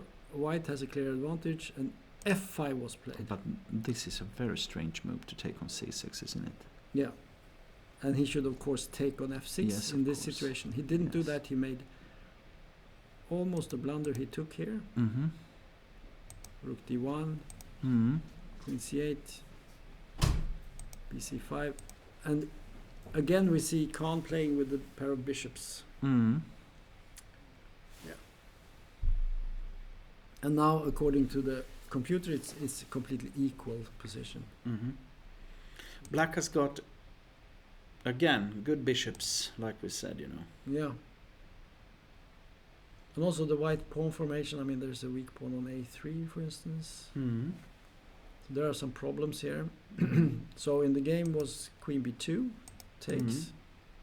queen d8, threatening to take the knight here. And now he can take on b6, and we have this type of endgame Yeah. with one pawn up for white, but black will take on a3.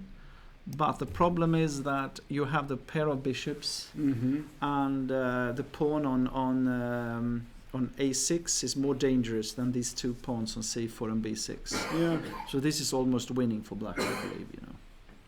Yeah, because there's actually no play for white here. No, that's right. You, that's you right. have a pawn, but the pawn is But- blocked, and yeah, they But pawn- what happened? Yeah. Because I saw bishop f2, knight f2, Yeah. and b5. Now he played b5. Yeah. Yeah, but now there must be something better here, you know. Yeah, here, Like here, white played a super A4. blunder. A4 is bad. that was And very after that, he strange. has actually lost, Yeah. according to the computers.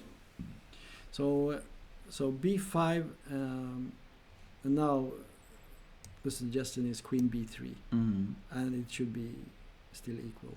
Mm. But in the game, it was not played like that. It was a4, Mhm. and then queen a5, with Threatening mate, deadly mating threat. and on ba4. Oh my god. And suddenly black got this pawn, and now it's just very bad. Pair of bishops, queen, It's passed pawns, threatening to play queen to d1. and as now well. another mistake. Okay. Oh no. What a horrible game this was.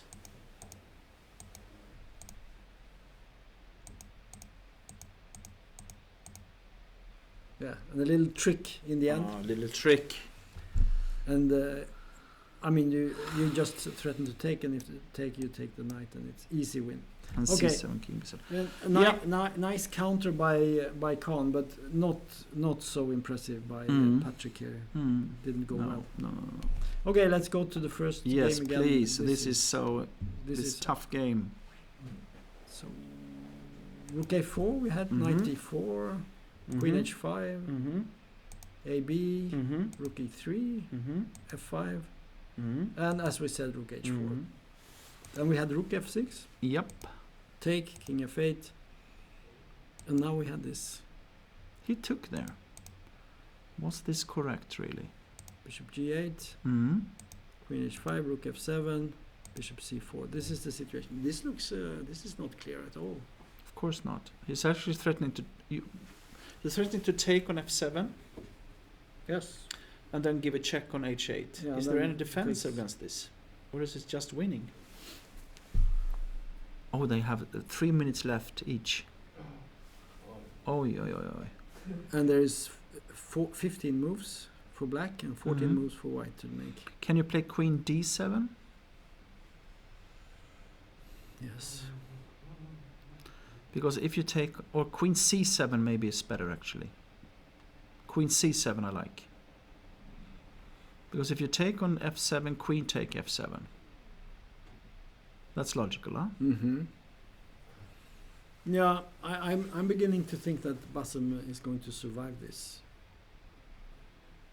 What's your impression? That's what is the pawns? 3. It's equal pawns. It's equal pawns. Mhm. I think white should be better somehow. Instinct, Mhm. you can feel it. But the pawn on a4 is Yeah, it's weak. actually Yeah, it's it's weaker weak, also, weak. so it will be lost. Yeah. So maybe white need to understand that now it's time to look for a draw. You know. Mm-hmm. Well, maybe it depends on what happens. I mean, White could even threaten to play something like queen to g6 or something like that. Could also be a threat. That's why I said queen c7, threatening the bishop. Yeah, I think I agree with you. So this one. queen c7. Mm. Now we have to decide. Should we? We could take, but that would be like going for a draw, right? Maybe take on no. Maybe take on f7, and then play queen g5. Because now if you take on a4, I can take on g7. Yeah, we're not going to do that. No. Now still you have some. Yeah, it's true. It's not easy. And if you play rook e8, take on g7. Yeah. So still. Yeah. But maybe with a good move here you could. But I agree with you. It's not an easy position to play. No. Yeah. No, white is better. That's my impression. So let's see. Actually, after bishop c4, Bassem played f4. Okay. He didn't play queen c7. I see. But this is a rook a5 trick again. Is it that one? I think he will play rook a5. Yeah, maybe. So we can try that just to see. K5. Queen H. g6, h8 or queen g6. I don't know which one. But there is a d5 move also. How do you? How that's do you a good do one. this? That's a good one. Has he misplayed it now? Maybe this was a bad move. Rook e4.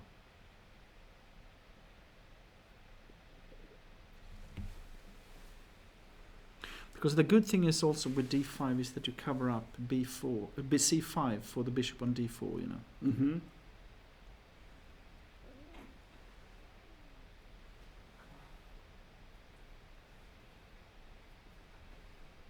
What is happening here? Rook e4. But it's got 1 minute left now. Bassem. Oh my! This is here. Actually, even Bassem can make a mistake. I was thinking about some move like this. Mm-hmm. d5. You know, I saw a draw here, like this.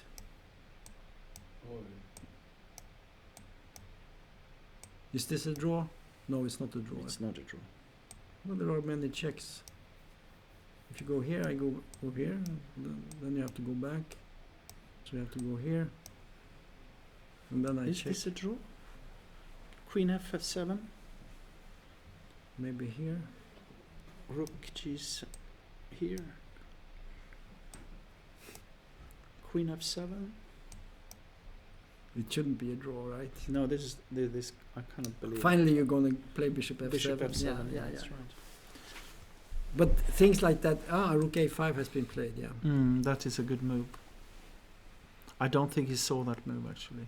But okay.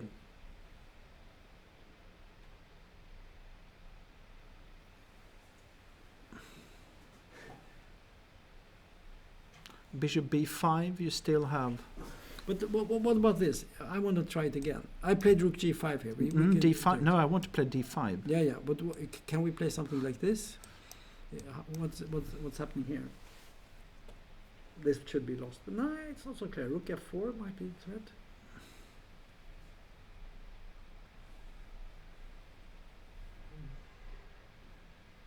This is not clear. So you said queen g6 because d5. d5. But this is not so clear because I go here. And when you take, I have this check. And rook e7. And now we think. Yes. Now you think. You threaten something here also. A little bit checkmate down there, and I have a little bit more pieces than you have. Yeah, I'm not saying. I agree. It's probably not working. But this check is very annoying. Yeah. Because I like to keep my bishop. If you didn't have that, there might be something. But I agree with you. So rook a5. Yeah, it's not easy. So if queen g6 is not working, what can we actually do here? Now, the other possibility was queen h8. with idea to take on. Yeah, now take on f4 or something like that.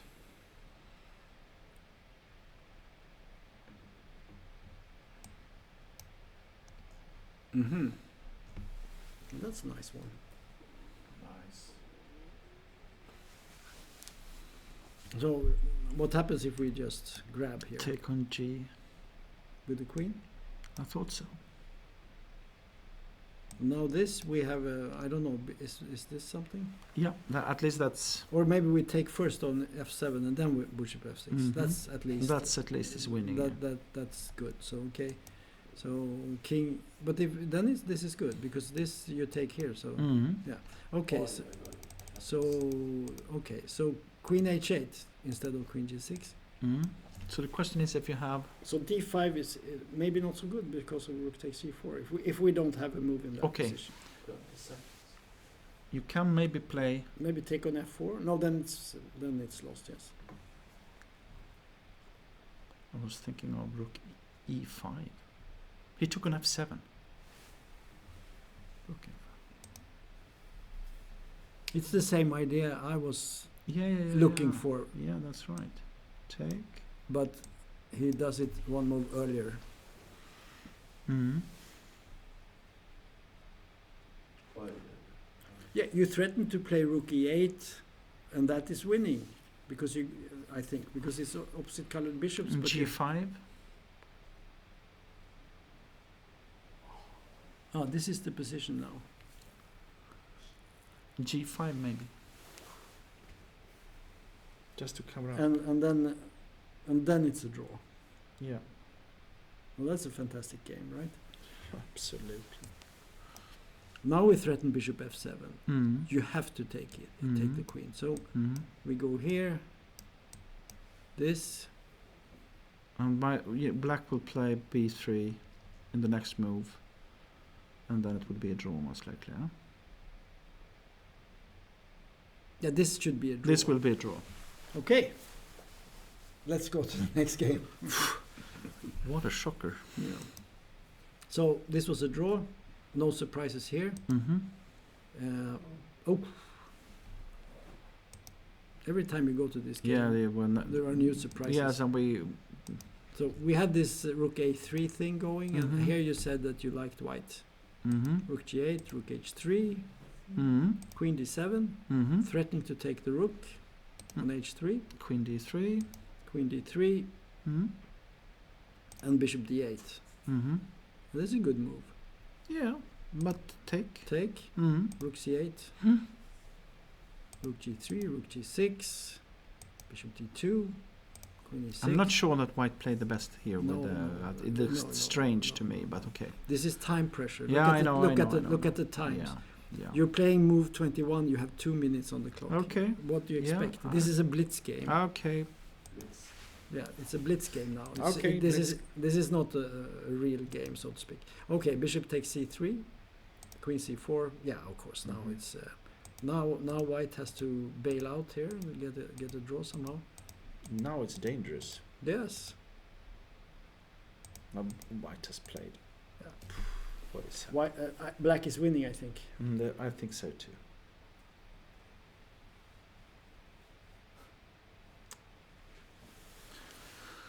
Well. That's life. So,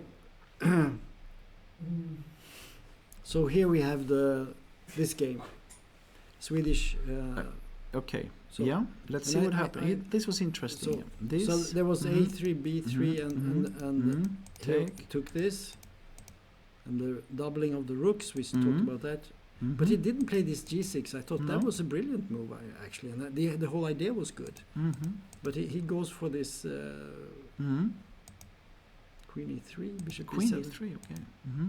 Okay, bishop f5. Now it's coming.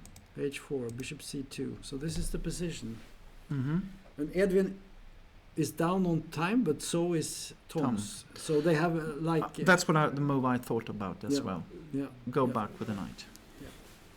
I think white must be better here, because I don't see where the compensation is. But the knight on e5 will stop And you. Yeah, but that's what I'm saying. I don't see where white has compensation. Okay, sorry. I thought Yeah. I misunderstood. Yeah. Well, I don't I think can't that say. knight to e5 is because you have c5. True. So Okay. once the knight So comes here, rookie. this- So I also thought about, sometimes you can even sacrifice. If you play. yeah, because you have two connected pass pawns. Mm. I mean, after knight e5. Look at this. Rook e7. And knight e5. You take with the 1 to e5. Take. And now I was thinking about, do you threaten to take on f7 in this position? That's a very dangerous threat. Yeah. Rook take f7, because queen take, you take on b8. And then you will have g6 check or take the bishop. Yes, you're right. No, this is very dangerous. So, but in the game there was not. He played queen f4 instead. Mm-hmm. I don't think you should expect exact moves now. No. Not now. The adrenaline is pumping. But You threaten things and you play blitz game. I mean, but this I is- would be nervous here with black. Yeah, of I think course. white is better actually. Now when I see this idea also. Well, he has misplayed it. He had a chance to play g6. This would have made a big difference. So okay, let's go. We have a result. Result? William unfortunately lost this game. Oh, what a mate! Look at So this. d3, Oh, bishop d2, yes. and now came Oh, so beautiful! checkmate. Look at this. Oh, Lovely wow, checkmate. I love this. That was Very nice. very nice. That's very nice. Yeah. We don't get that so often. D3 was a nice move. Huh? Yeah. Like we said, Yeah. what a threat that was. So, so in this position, Excellent played. we didn't see it, but we didn't. We felt- we just felt that this was completely over, and it was. Mm. So bishop b2 here, a move we didn't see. We saw bishop b2, We said if he plays it, he could play like f6. f6. But of course, queen Queen f3 f3 and is knight h2. Yeah. so beautiful. Yeah. Excellent, very nice. And we go to this game, and it was a draw, as we Mhm. expected. Mm. And this was also... No, it's not a draw. Mhm. No, sorry, it was this game. Was actually a draw. What? They took a draw here. After move 30. Someone offered a draw. Probably Kühlo. So it looks like it's actually quite equal as well. So Yeah. So let's see how this happened. because Axel needed a draw, we thought he needed a draw to make an IM norm. So for him, it's logical that he wants to have a draw. Huh? Right. Mm? So we have this. Mm. Okay, he played rook h7. Yeah, they And you took the can draw. play queen f3, for example. Or queen h3 also, if you want to. Oh. But maybe that's a slightly... I don't know what about that position. Oh, it's unclear. Anyway, Mm. it was a draw. Mm. Then we have this. Yeah, this is the tiger game, huh? Tiger game. And where were we? Somewhere. Okay, Went for So- f5. so we went for this move that was not playable, we thought, but Mm-hmm. he did it anyway. Oh, with a exchange rook. sacrifice. Okay. But it was... He got it back immediately. Queen f3, Mm-hmm. queen e8, knight c7, queen Mhm. e5. But tiger is completely outplayed, isn't he, here? From what I can see. King d2, Yeah. f4, knight d5. Well, it's not. Mm-hmm. Now we played this. Yeah, it's not so nice. No. Black is winning. Most I likely, believe. yes. I believe. Yeah. Close to at least. Yeah. So let's go back to the first game. Mm-hmm.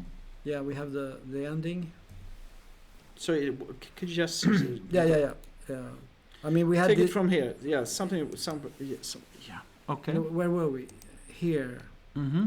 Maybe we should even go here, because this was Mhm. the position of hope for white, because Mhm. it looks like you're winning the game, Then and then this, then this f5 was probably only move. I think it was the only move, Mhm. but it was also a sign of problems, right? So rook f6 takes, and now this very enterprising idea. So we want to analyze this with a computer, and that will be interesting.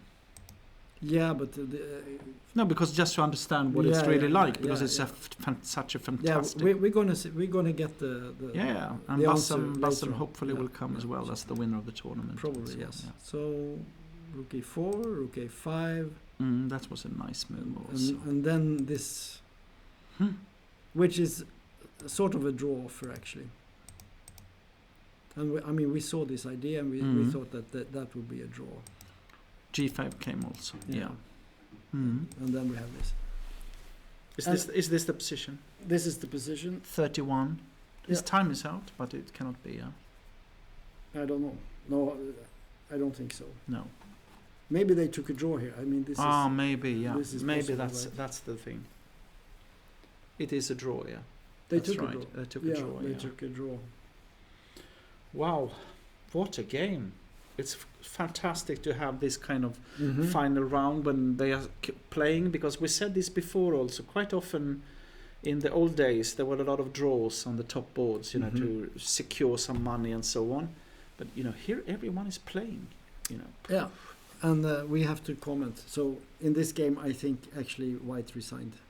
This is because there is a threat of mate in one move here with Queen here and or Queen G3 and H4. also so there is absolutely nothing to do, and I think he resigned, which is a little bit unlucky. Neither Costa nor Hebola managed to win, but they really tried, both of them. So they have, and then we have Trost against Kantans, and everything has happened. Oh my! Things are happening all the time here. So what has happened here? Okay, let's see what happened. So I think we were. Yeah. I think we were here. I think. No, we were Yes. Okay. further on. F5, H4, No. Bishop C2, 97. Exactly. Yes, and Queen F4, 95. Mhm. C5 he went for. And now, yeah, Rook E3, F6. and exactly, this is a good move. F6, I think. Yeah. Yeah. Now White is playing with no time and no ideas. Now this is winning for black. Yeah, No, completely winning. Now I think. White's position is completely destroyed. Mm. And I think he should have gone for some exchange sacrifice on E5 or something, but he just didn't have time to think. So excellent for Edwin. He's winning Yeah, this. fantastic if this is the case. But still, look at the time. So they will still have, okay. But there's two only moves. only 2 moves to make. And he will Queen B8 or something like that. And White is just a piece down. Queen B8, I think, is a good move. Huh? But let's see. Queen F6 was played. King C1. Okay. Okay, you have a threat as well. Yeah, he played Queen F6, and he threatens to do something here, like maybe play the knight here, and then the queen lands. But also here there should be good possibilities, right? For sure. Yeah, it's just winning position. There are many options, but yeah. So he played H3. Okay, so let's just go to see Tiger's game again. What happened here? So he lost all these pawns. there was F3, Queen E3, Take on H4. take on H4, Rook F1, Queen H3, Queen D3, Queen G2, King D1, and he took here. And now if you take on F3, Queen G1, maybe? Queen G1 and check. Queen G2 wins. And the Queen piece. G2 is winning. So that's why. So now it's simply game over for Tiger. Unfortunately, yes, it's game over. And they have time now because they have already Made 40 made moves. the 40 moves. Mm-hmm. And this is close to resignable for White, I think. No counterplay. A very nice night, doing nothing, unfortunately. It was not a very because Tiger normally is very good in the opening, but this was not very impressive from what I could see. But I don't know. Yeah, but he got the type of position he likes with lots of Yeah, but- tension and lots of pieces. But even and though it's good to have a good position as well. And normally he's Yeah. such a good in openings that he knows how to handle this. But yeah. you know, But I'm he- a little bit surprised. He used a lot of time and he didn't get this, Mhm. the So killer ideas. if we go to the very beginning and see all the results. Don't see all the results. Yeah, we have Bassam Costa here was a draw. Mm-hmm. Draw on board 2. Mm-hmm. Heberla beat Seman, as we said. Trost winning against Kantans, but So that means that Hebela, Trost, and Bioville will be together with Costa will be the number 2. Huh? yeah. And of no. course Lamparti and Livac as well. Huh? So we will have Bassam in the top 1 point ahead of the with rest. 7.5, and then we'll have a group of 7. Mm. But no GM norms. Not what I can see. Message from Peter. And his opponent. Mhm. They are Of analyzing. course. Yeah. It's nice.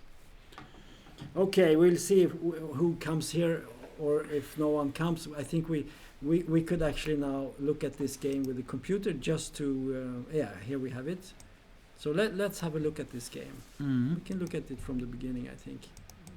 So it was a Spanish game, and it was this A4 unusual line. Mm. Knight C3, A6, Bishop F1, Knight F5, and D4. And we can see that the computer says this is perfectly fine for Fantastic. for white. Yeah. Mm-hmm. Take, D6, take, Mhm. take. And it's Knight equal D5. position. Equal position, nothing to be Fantastic. B4. It's okay. Yeah. So I think we better leave it to those who knows the answers to all our questions. We have some to you. yeah. So we have. Martin and so on, please. You can both come here and we look at your game. Precis så. So that's good. Please. So come here and join us. I will sit here. So congratulations to both of you for a great game, Thank you. Thank you. and congratulations to you for winning the tournament. Thank you. And did you get the GM norm or no? I believe yes, but I have to verify. and Because ask the Shiva bidder. I calculated it yesterday, and I thought you would make a GM norm with a draw. Mhm. But then the arbiters came and said that you had to win, but I think they calculated wrong. No, I believe that a draw would be sufficient for Yes, Chimnall. yes. Did you know this also? Or? Yeah, I mean, I thought he might have to win, but then I checked the performance. It was like 25-90, and I thought with a draw it should get more. So Yeah, that was. I thought it I should be enough. calculated you would get like 26.09 or something Mhm. with a draw. Mm. So yeah. Okay, good. So let's look at this game. Yeah, it basically started here. Yeah. Was this a preparation for you? Okay, I briefly checked like this knight f5. Okay, d4 is a critical move. I mean, if it takes on e5, it just did Mhm. equal. Then Yeah. okay, d4, and this pawn sacrifice. Engines gives equal, of course, but I didn't go so deep because I checked on other things. Mm-hmm. And yeah, of course, it's much more dangerous when you play it over the board than when you're checking with computer. Yeah, when all the moves are equal. But yeah, here, yeah, it was. Was already, this preparation for you? Yes, I knew exactly how to handle a raising position. Mm-hmm. Like okay, like castle was good move, of course. Like bishop b2, Yeah. and now rook e8 is best Yeah. according to the machine. The computer move. And I prepared some line, and usually in this I attack plays hook lift Yeah. via Yeah. a3 is very typical here. Yeah, we didn't like the knight f5 move. We didn't look with the engine, so we just felt that the knight was sort of hanging in the air a bit. Yeah, I was trying to prevent this queen d4 Yeah, ideas, yeah, and yeah. then I had like this c5 knight d4 to give back the pawn and Mhm. okay, maybe defend slightly worse position, Yes. but yeah. Yeah. And then rook f3, yeah. A5 was a bit surprising. What? yeah, How did you come to that conclusion? okay, I wanted to force b4, and then okay, like eventually I'll play okay, I thought like Yeah, knight d4 yeah, would yeah. come, and then yeah, this position like he takes back his pawn, but Mhm. it's okay, defendable. But then rook f4 came, and I don't know why I didn't take. I mean, this is yeah, black is better it seems. Yeah.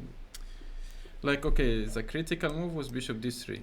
Yeah. But even g6 I think is working now, because if you take, I mean this sacrifice is nothing because I always play f6 Mm-hmm.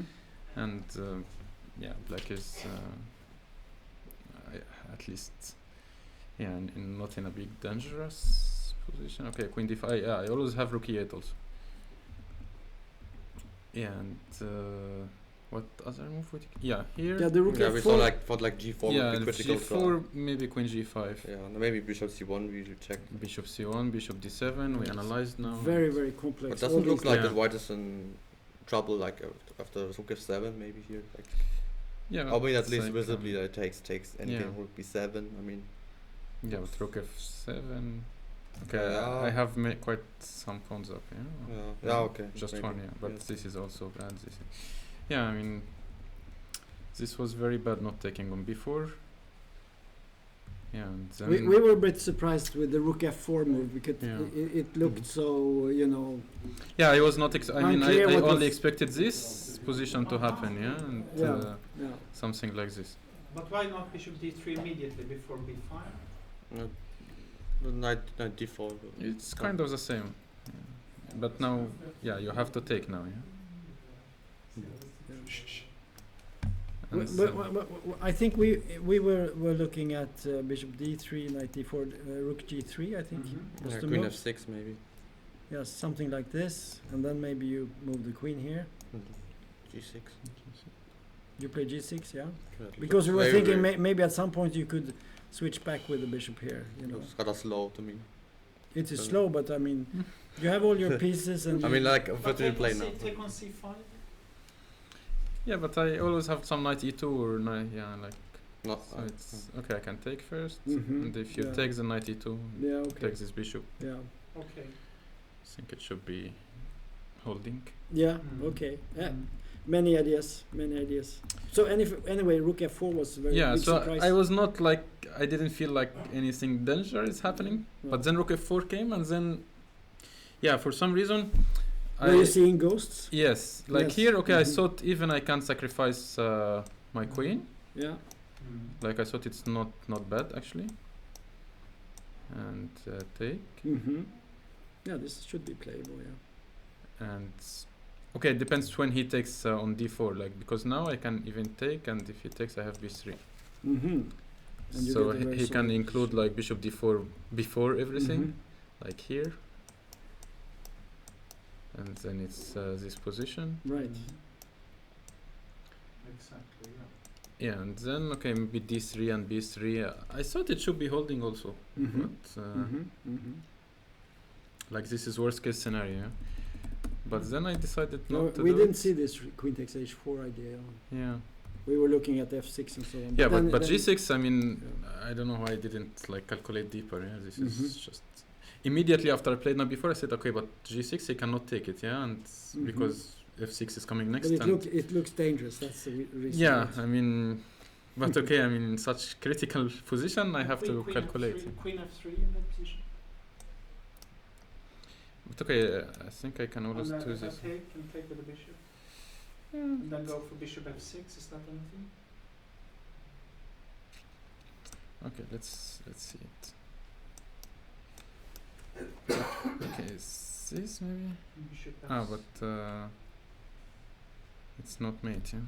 I thought bishop d5 I want, but not really. So queen somewhere.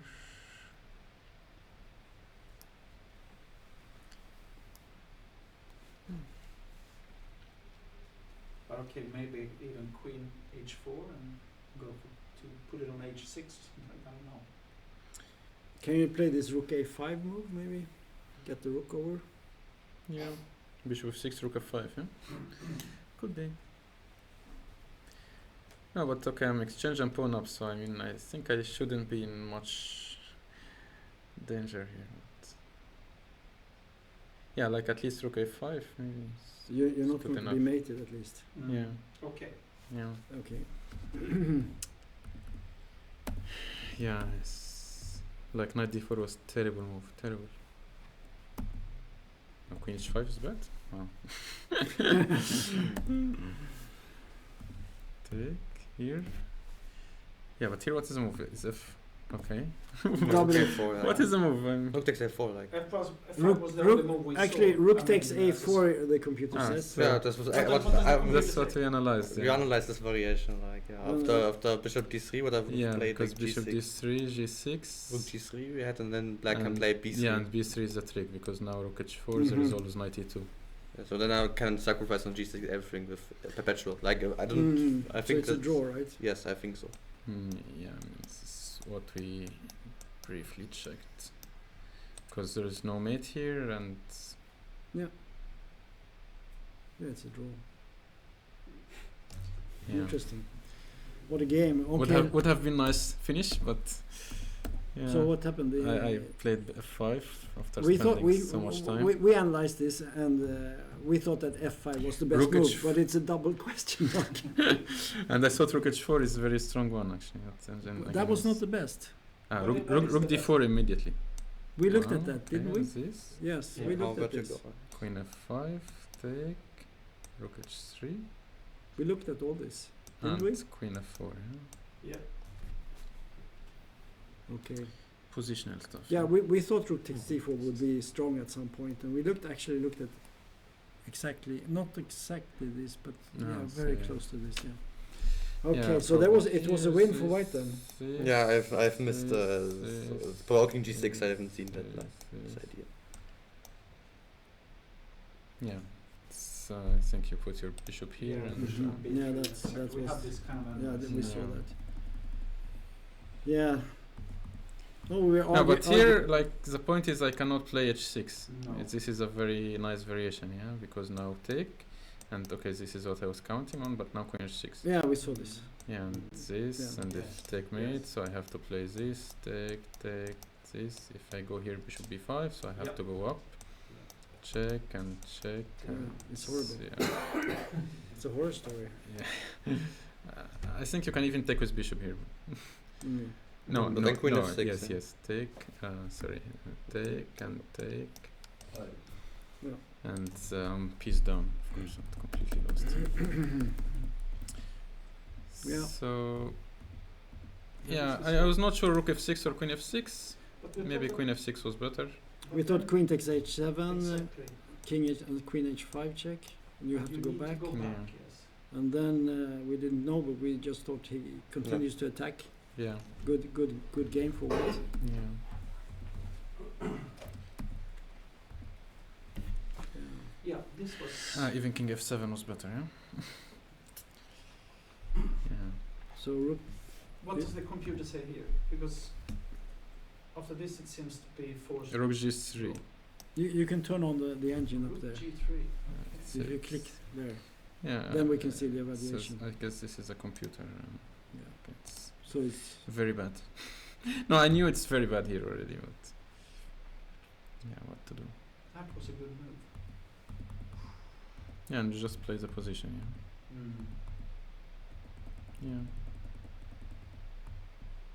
so this was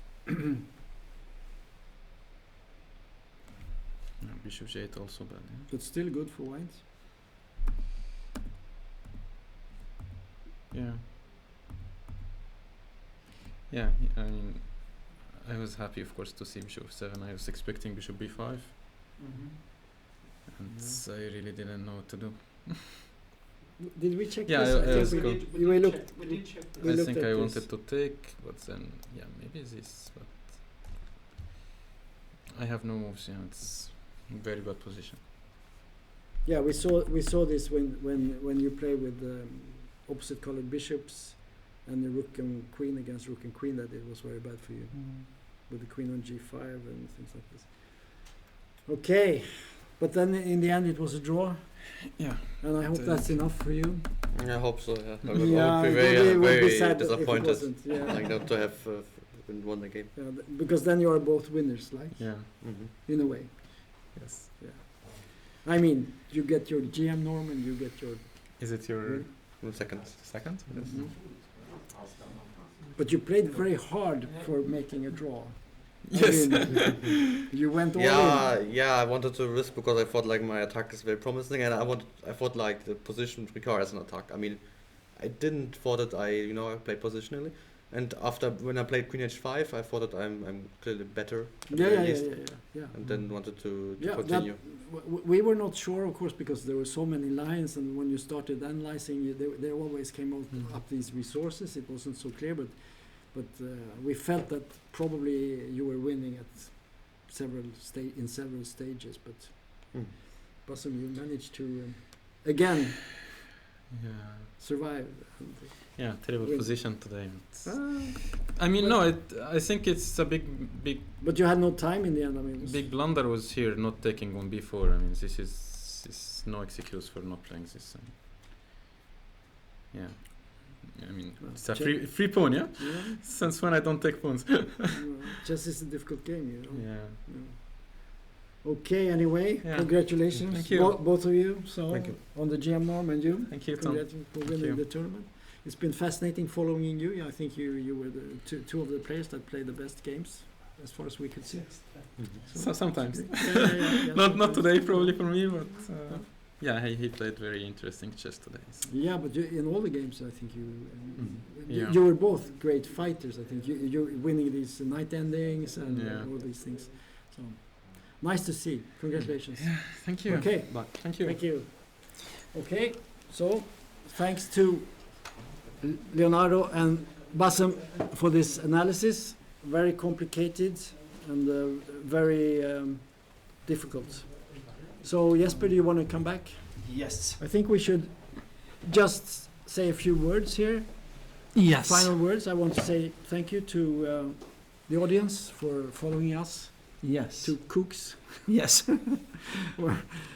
Geeks. The geeks with lots of analysis and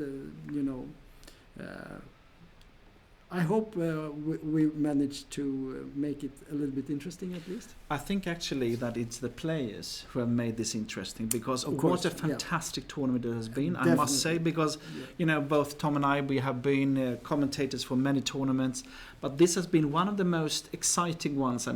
Every time we have had nice games to look at and so on, and many good games. And just look at the final round. There were so many hard fights, and this is amazing. I think then it's not so difficult to be a commentator when you have such good games to follow. And I can see we have had lots of comments. We haven't really had chance to react to all these comments, but we are very thankful for the audience, and all the comments, of course, are great.